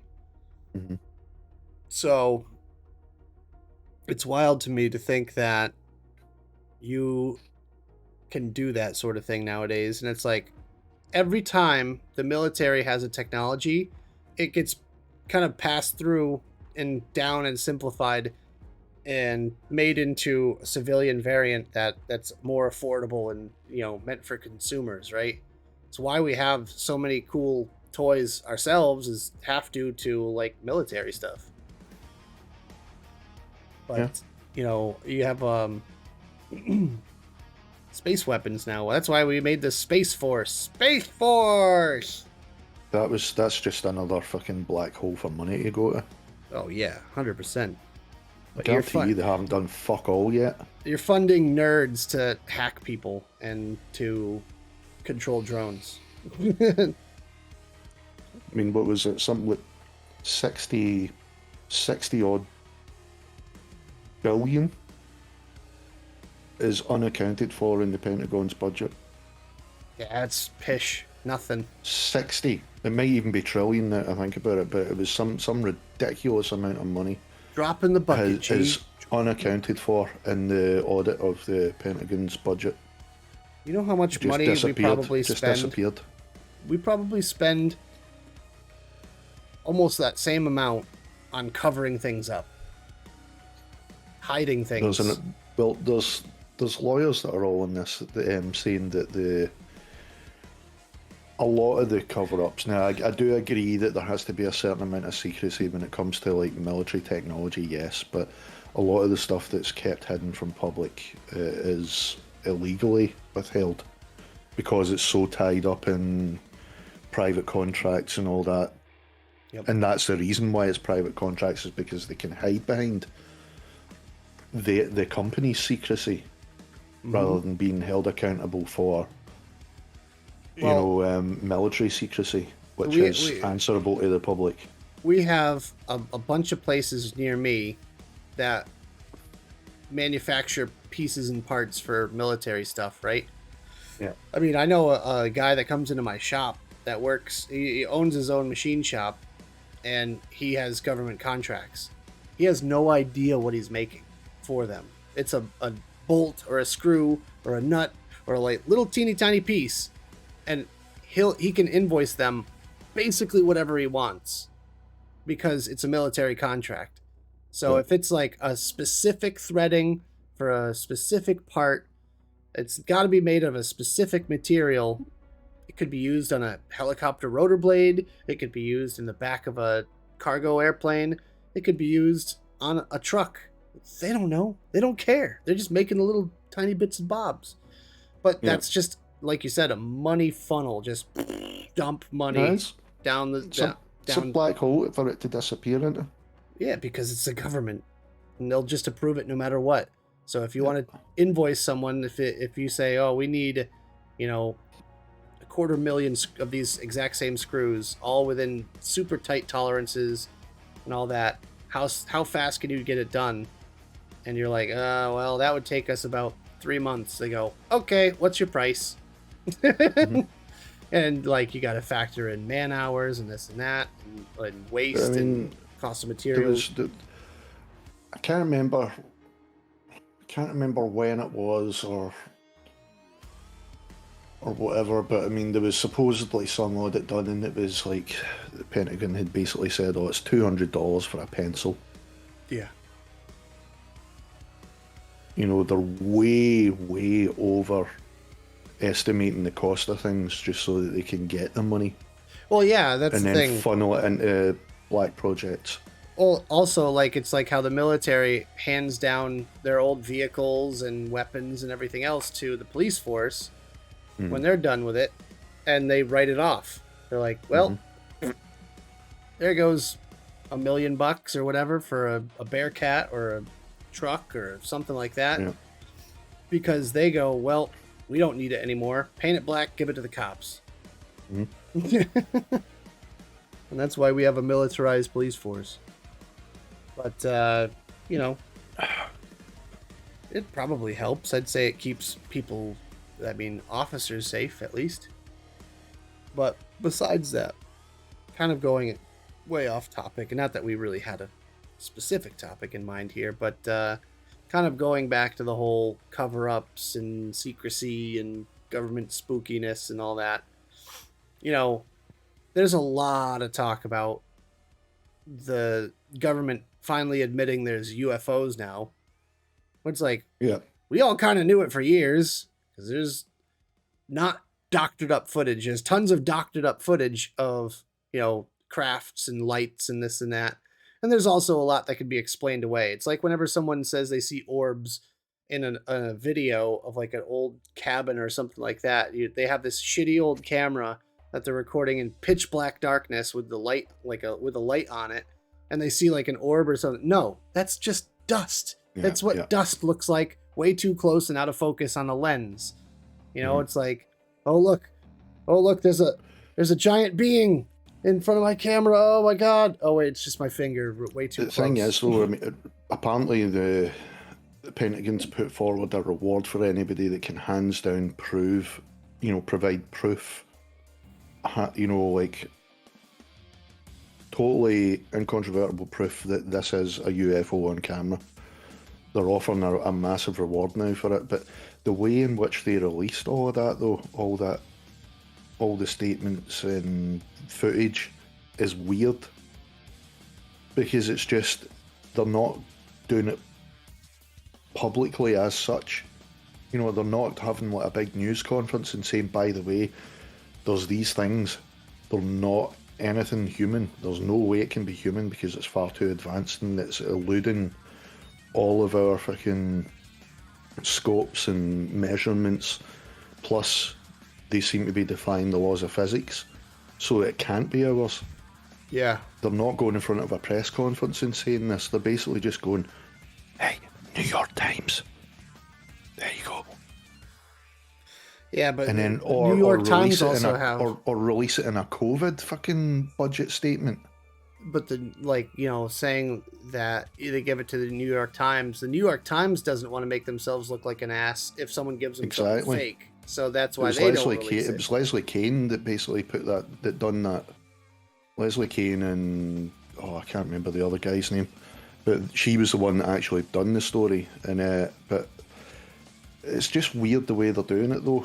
You know, they're not publicly saying it; they're just dribbling it out to other organisations and letting them do it for them, instead of making a big song and dance about it like you would expect. You know, it's one of the biggest things ever to happen to humans in our existence. Other things from outside of their fucking planet, and they're not even making a song and dance. But to go back to why we've never had proof, you have there's a chemical selenium, right, which is a metal. It's used in cloaking technologies. As far as I know, it was used in the stealth bombers, stealth fighters. It's selenium that covers the. It's like a selenium shell, basically. Yep. Now, if you're that far advanced, I mean, these things have got to be like thousands, at least thousands of years ahead of us, if not millions. Would you not expect them to have some sort of technology that blurs them, cloaks them from any kind of visual technology and radar? So that's maybe why they're not showing up. Yeah. I mean, it's crazy that, like, you can have live, like, video feeds edited, essentially, right? Yeah. So think about stuff like green screen technology and like chroma key, and not only that, but like in China they have the cameras everywhere, the CCTV everywhere, and their cameras can pick up heat signatures. They can pick up faces, facial recognition, and to an nth degree, give it certainty of how accurate it is to a specific person. Anyone who's like registered, who has an identity card in China, will be picked up on those cameras and monitored. And how easy it would be to track someone like that. And like, but, I mean, the thing is as well, you've got the material that bends light. Yep. Bends light around it, and then makes it look, makes the wearer, if you like, of whatever the material is, look almost invisible by our technology. That just now it's almost invisible. It's not totally invisible. So if anybody's looking at these things and they can see it with the naked eye, but then they go with that to use camera, which is based on light bouncing off the object, coming back into a lens, exact same way our eyes work, but electronically. So anybody that would be, I mean, say for talk's sake, somebody was wearing this material that bent light and rendered them almost invisible. You film them on a video camera, you're not going to be able to tell what it is you're looking at. Yeah. But at the same time, you're not going to be able to 100% say that's a person, so... I seem to remember watching a video about that where I think it was the American military had actually used that polymer to make riot shields. But the selenium? Obviously, that was in the early days of it. Selenium? No, the polymer that bends the light. Oh, yeah. It's some sort of lenticular. Yeah. Principle. It's like, what you I used to have something pictures. like that. Yeah. I used to have something Basically, like that, like a little tiny one. Similar technology, but more advanced. Yeah. And like if you bend it, it like blurs or distorts whatever is in front of it. Kind of crazy. But yeah. I mean, I just don't understand, it can't be real because we don't have video proof. You wouldn't be able to have video proof of somebody wearing that fucking material, would you? Right. So, that argument's moot.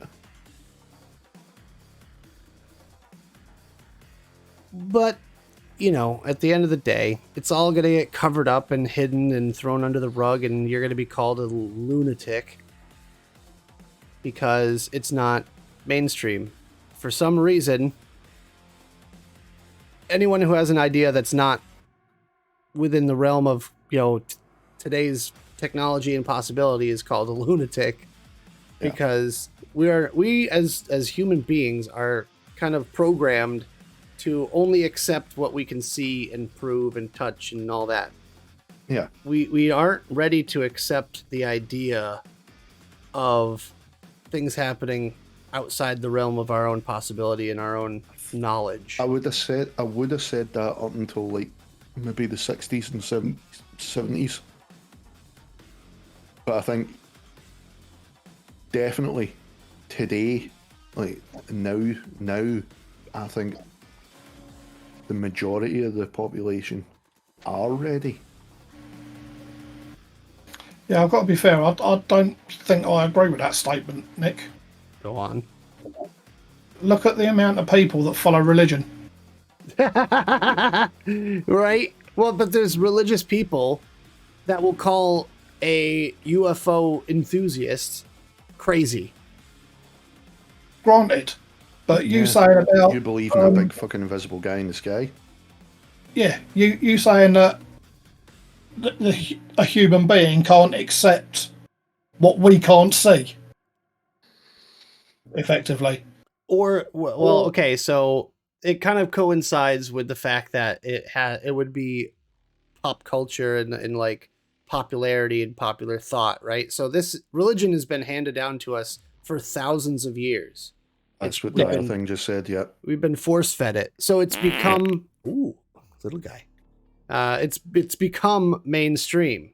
So that there in itself, even though it can't be touched, seen, etc., is mainstream just for the simple fact that we've had it drilled into our brains for so long.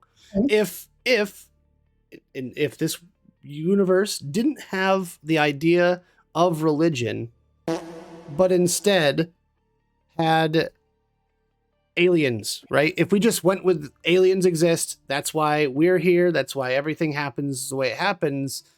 Well, there is a religion for that already. Well, yeah. But I'm saying Scientology. Right. So like, geez, Puddle, you better start wiping, dude. What'd you eat?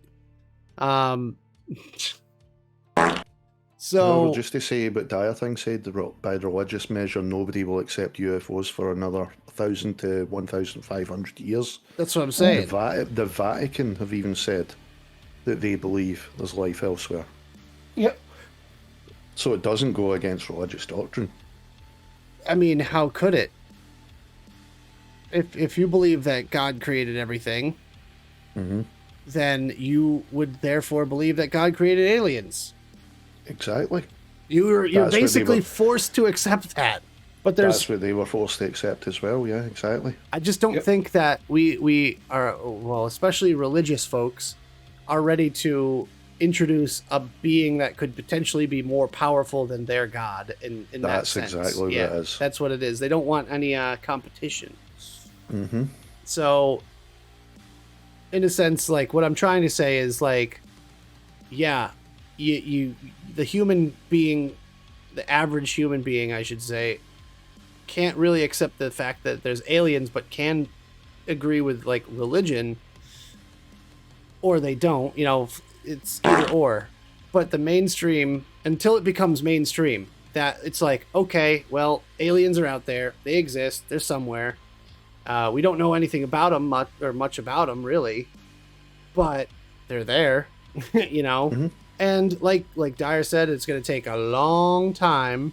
But again, my whole theory of, like, everything happens faster the more we progress. So maybe it won't take thousands of years this time around. Because, like, let's face it. I don't think so. The idea of an alien for a modern civilization happened right around, like, the Industrial Revolution. Because before that, there wasn't much thought into the matter. It was just, like, you know, back then people that had, like, mental disabilities and things like that were outcasted, like we talked about, and that kind of thing. But they didn't think of aliens. They thought it was an act of God. They always put it down to God, right? So once people kind of started separating aliens off into their own category, that's when the starting point for me would be, which would be somewhere around the Industrial Revolution. And therefore, it's going to take maybe a couple hundred years instead of a couple thousand years to accept aliens as, like, a separate thing And like, yes, they exist. See, I don't know because I mean, as I said, I've said this previously on here. When that information was released in the COVID bill, about the Pentagon having proof of, technologies outside our own. Yep. Out there, and nobody in the, what do you call it, the six, the group of six they're called, which is basically the six most powerful nations, but nobody in those six superpowers knew what it was. Therefore, it can't be anything to do with us. What did people do? They didn't do what people did when Orson Welles done the War of the Worlds radio cast and panicked and started fucking shooting each other and looting. They got up the next day and went to work and never even gave it a second thought. They just got on with their lives. They weren't bothered. It was just like, oh, yeah, I kind of knew that already. Still got to go to work in the morning. So I don't think people would really bother. If we thought of aliens as like hostile beings, I feel like that would be a different story. But I feel like most people are just more curious than anything else at this point. Like, we don't think of like aliens existing to harm us. We just think they're as curious about us as we are of them. But if I will agree with that dire thing. I will agree with that. There's definitely been a few things, like you said, the War of the Worlds, right? That scared the living shit out of people. Mm-hmm. Because it was the thought that, oh, well, maybe the things that we thought were peaceful aren't so peaceful. Yeah. And that's pretty spooky to us, because we don't want to accept the fact that maybe we're wrong, and maybe we're going to have to deal with, hostile alien creatures instead of the "we bring you love, we bring you peace" from The Simpsons. See, The thing is, I understand that, but the thing is, look what's happening today in the world, right? Yeah. We're literally 2 minutes to midnight on the fucking Armageddon clock. Everybody's still fucking like, alright, I still need to feed the family, put dinner on the table, and fucking get up in the morning, have breakfast, go to work, come back, do it all over again the next day. Yeah, but it's like it doesn't matter what's going on. People are still going to have to go on with their own lives. Yeah, but it's an effort in futility if you just only concentrate on the doom and gloom side of things. Like, no one wants to think about that on a daily basis. You wouldn't last very long, right? You'd die of stress. Like, yeah, I know for a fact. Like, I listen to the news. I hear what's going on around the world. Now we have a new war happening between Israel and Palestine, and that's fun. Yay! More countries that have nukes attacking each other. Love that. That's always going on. It's just that it's elevated again. Lately, it's been escalated. Worse. Yeah. Oh yeah, yeah. It has not been good. It's not a new. Yeah, no, they've been fighting for thousands of years. But yeah. Yep. But it has recently escalated.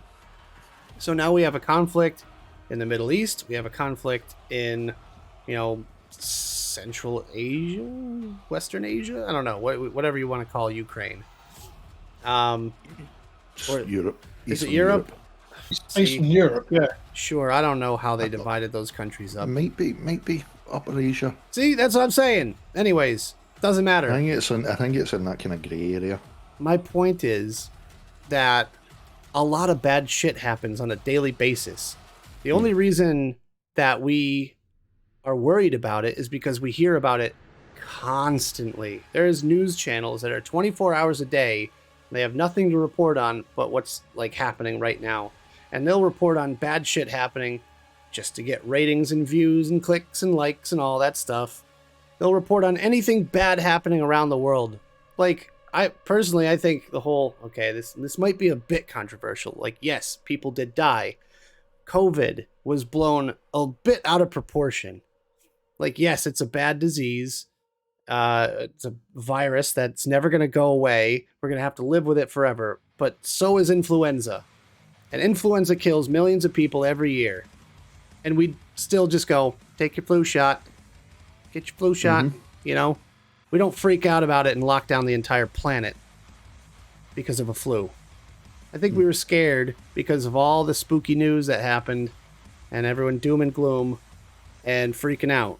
It's a mass panic. When people freak out, they spend more. Yeah, it's a mass panic and mass control event, right? It's seeing a government seeing how far they could push their people before the breaking point. And we learned the line, so now we have to, now the government is going to have to learn how to push that line forward a bit. And like, look, I'm not discounting the fact that like, oh, COVID isn't real, blah, blah, blah. Yeah. Oh, it's 100% real. It's real. Obviously. It happened. Yeah. But I think it was half a mass panic kind of event, similar to how like War of the Worlds was, right? Because I don't know if anyone knows the details, but people actually, committed the self-die because of that radio broadcast. People died because of a radio broadcast that was a work of fiction.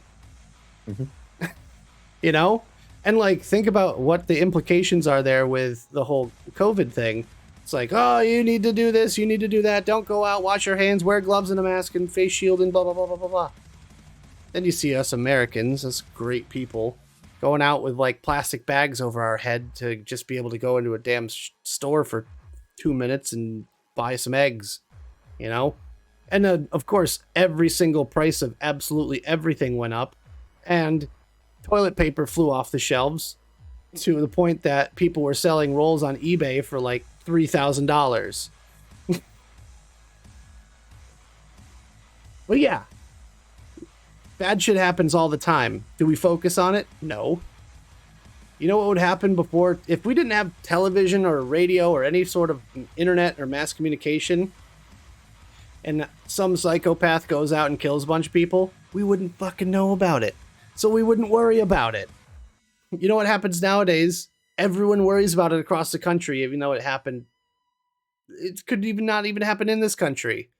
Oh, thoughts and prayers. Send your thoughts and prayers. That's all you get. Oh, give them money. That's the best part. Give money. Bad shit happens all the time. Before mass media happened, there was psychopaths and serial killers.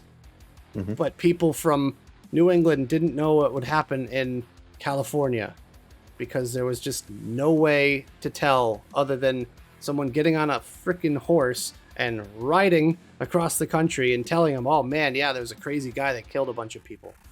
It's just ridiculous that the 24-hour glued to the news people out there panic so much. You're gonna kill yourself because of stress. Here's the thing: if you believe all that shit, you create a fragile public, and a fragile public is malleable. Exactly. It's control. It's all about control. It's always been about control. Same thing with religion. It's about control. We must be controlled. We are human beings. We are animals. The people with the money, the people in charge, the higher beings, what have you, need to be able to control the masses because they know and understand that if people don't like what you're doing, they will get rid of you one way or the other. Yeah, I keep up with local events just to know what I shouldn't believe, really. I want to know the narrative. I want to know what they're telling the world. And I love hearing the spin, especially about politics, because I hear the spin in the words that they choose to say out on the radio. I'm like, oh, that's an interesting turn of phrase to say something that didn't have to sound as bad as it does. And so that people, like the telephone game, go down the chain and go, oh, did you hear about such and such? I heard on the news that da-da-da.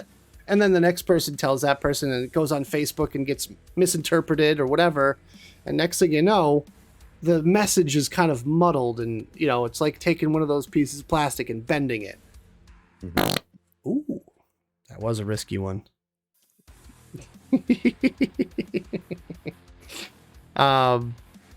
Yeah, let's see. It is real. I've had it twice. Yeah, I've had it probably 3 times now, I want to say.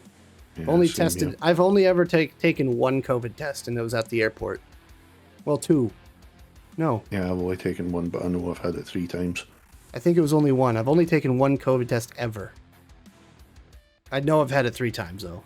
I got it this year. Wasn't fun. Still dealing with the after effects.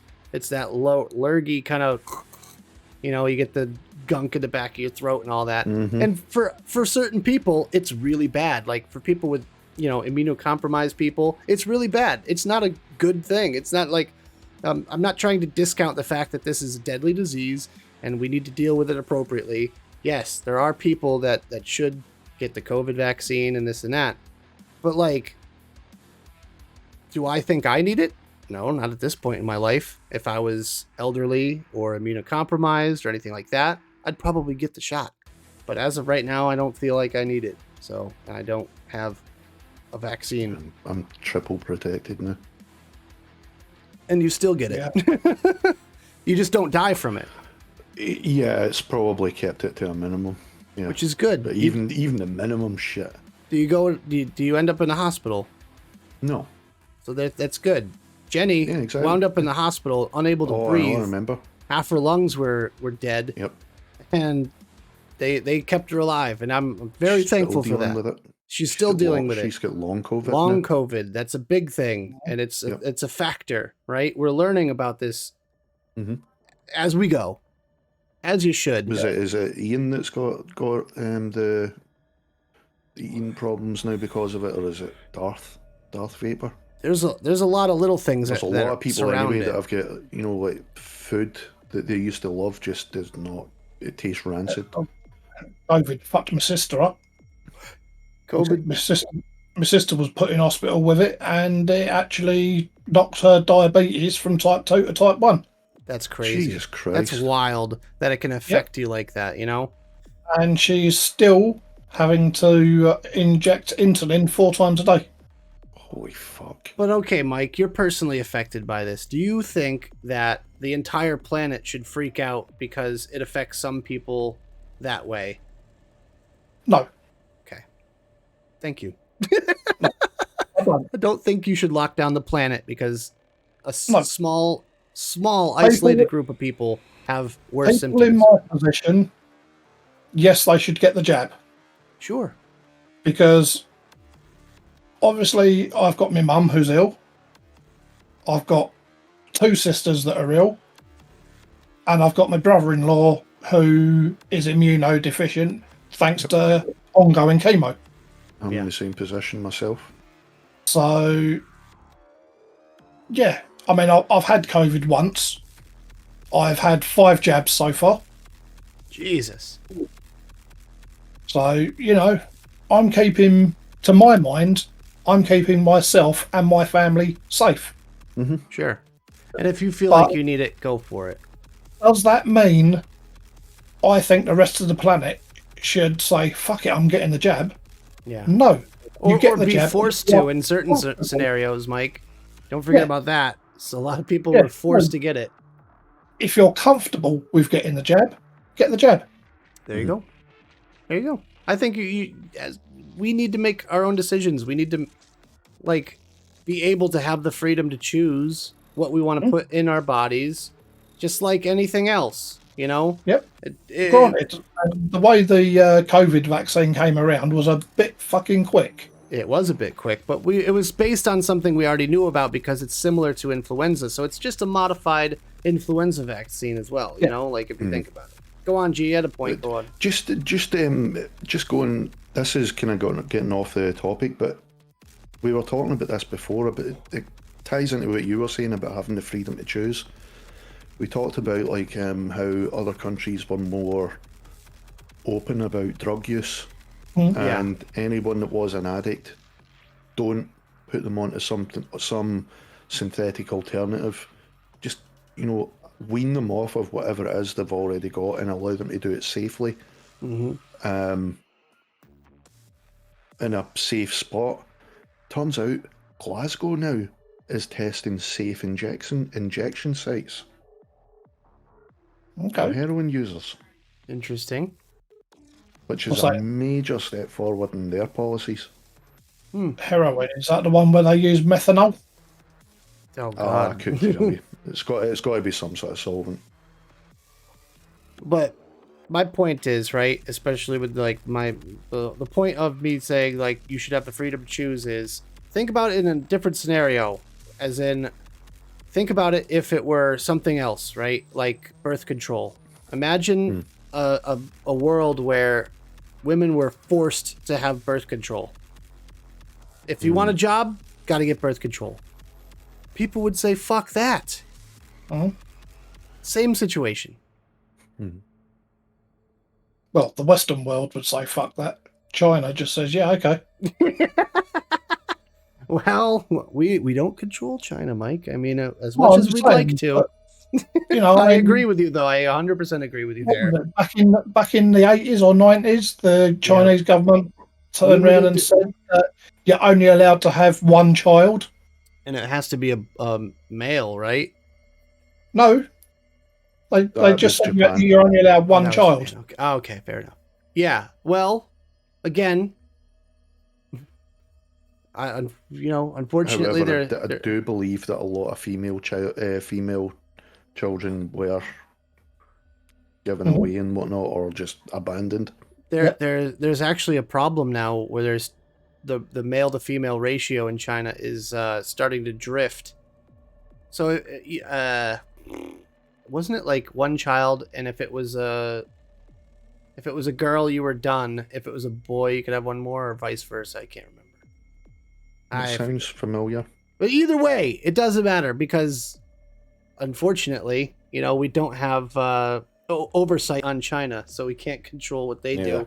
And the Western world doesn't want to fuck with them because they control all of our money, and that we are indebted to them for basically fucking their own country up by producing and manufacturing all of the world's goods in exchange for us dumping money on their country and letting them do whatever the hell they want to do.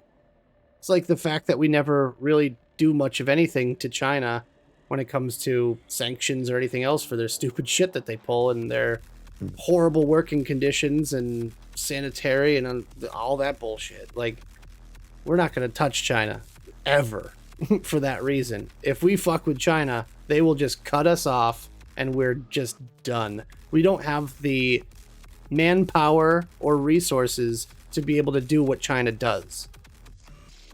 If you think about it that way. Good Lord, we got off on a wild tangent. As we usually do. I know, but hey, it was a good conversation at the very least. Yeah, definitely don't fuck with China. They're way scarier than Russia. Demo. Yeah, but I agree.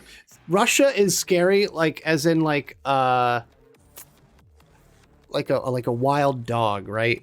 If you think about Russia's scary in the sense that it's like a wild dog because you look at it and it's scary, right? It's foaming at the mouth and growling at you. You don't fuck with that dog. China is scary because it's like a Pomeranian. And you're like, oh, look at the little Pomeranian. It's so cute. And then it bites your hand so hard that you bleed to death. China looks innocent on the outside looking in. But when you get there and you see what it's like, you're like, oh, shit. We fucked up their country big time by, having them manufacture everything for us. Their air quality and their rainwater and everything is poison. And it's mostly our fault. You know why there's netting on the outside of the factories that make the iPhone? So people that jump off the top of the building don't splat on the ground below it because the working conditions are so terrible. Anyways, lighthearted note, hey guys. Russia's one bulldog, China's an endless sea of Pomeranians, right? An endless sea of really bitey Pomeranians. That was a fun thought experiment. Man, I love these streams so much. We get into some really deep conversations, somewhat controversial sometimes, but at the end of the day, we like to have fun here. Yeah. And we're always open to thoughts as well, and we love interacting Our own with little chat. think tank. Yeah. Yep.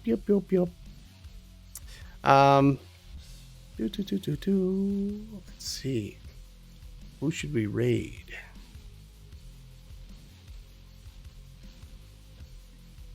Six was on earlier. He's done now, unfortunately. I don't know. What do you guys want to watch? What do all you guys out there watching us want to watch?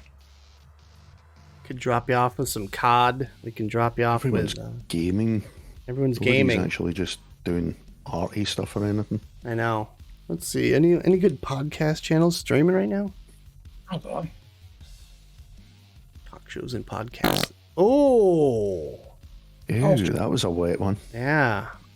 I was just thinking to myself, if they do manage to create wormholes, and if those wormholes negate time, it would be nice to go back to the time of Charlemagne. Well, funny you should say that, because there's a lot of speculation that the things we're seeing are actually us coming back to look at what happened. Mm-hmm. Yeah, I'd quite like to go back to the age of Charlemagne and the foundation of the Knights Templars. I'd want to go. You'd fit right in, Pre-flood. Mike. Pre-flood? Mm-hmm. Ah. Be Just interesting. to see if there is anything, if there are humans there right enough, Yeah. and if they were indeed civilized. Well, hey, pre-flood, there would have to be humans. Otherwise, where would the story of Noah come from? Well, I mean civilization. If there was civilization rather than nomadic tribes, is what's been Yeah. portrayed now. I want to know if there are if like you said, if there's any like populations, I want to know what they're like, if anything. Cuz like the way it's described in the big book there, it's described as like a time of just chaos and turmoil and everyone's sinning and committing all these horrible things and do that. Hunter-gatherers, that's all there was, but I don't believe it. Yeah.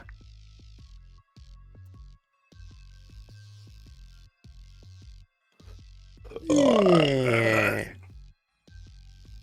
Oh, Brotator just went live.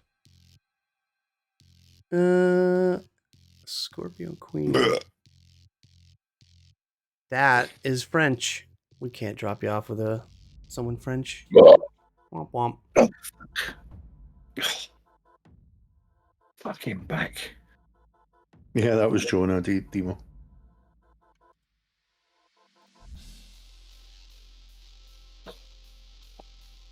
Whale of a task. Oh my god.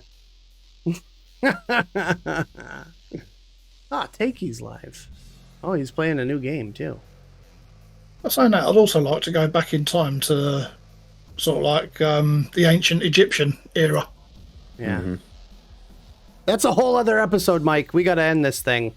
Yeah. All right. We're going to raid Takey. He's live. You guys, it's been a lot of fun. Stick around for the raid if you wouldn't mind. I don't have a raid message. Wait, yes I do. It's right there. It's right there. Yeah, let's go. That one definitely needed a wipe. There's the raid message. You guys copy and paste once we get in to the other channel. We're going to say good night for now. You guys, please don't think about the scary, spooky things that happen on a daily basis.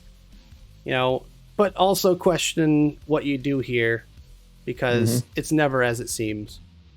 We will Think for do yourselves. maybe what do you guys think about next week? Just reading some scary stories or something. I don't know. I've been really into the whole reading scary stuff. Yeah. Do a little of what I was doing on Friday. I could have a go of reading some scary stories. Mike's just gonna shout at the screen like, "Oh, one time there was a guy who did this thing." Mike, you want to give it a go? You think? Could you read off some scary stories? I could probably not even need to read them off. Ooh, I would fucking love that, Mike. Recount Yes. some scary stories. How about we do that? I think that's a good idea. I'd love to hear that, actually. Yeah, I want to I mean, hear. just off the top of my head, one subject would be Don't a give it group called the Age of Thoth, or the Hand of Thoth, sorry. Sweet. Ooh. Sweet. Looking forward to this. All right, cool. Scary stories and spooky stuff next week. We're getting even spookier than the slow rolling fog and little jack-o'-lantern in the corner of the screen. Scary farts next week. Guys, please copy and paste that raid message when we get over to the channel there. I'm going to post it a couple more times. Oh, cool down. Damn it. Okay, well, copy and paste it anyways. Have a good night. We will see you all next time. And for more spooky stuff that's not actually, well, Mike's might be real. But hopefully it's works of fiction. Anyways, have a good one. Thank you to our sponsors, Jane and CC Coils, Shy Tots E-Liquid, and Skincare. Coupon codes are in the Discord channel. If you guys aren't part of that, jump in there. And follow us for the raid. See you guys next time. Bye-bye. Piss slaps. Piss slaps.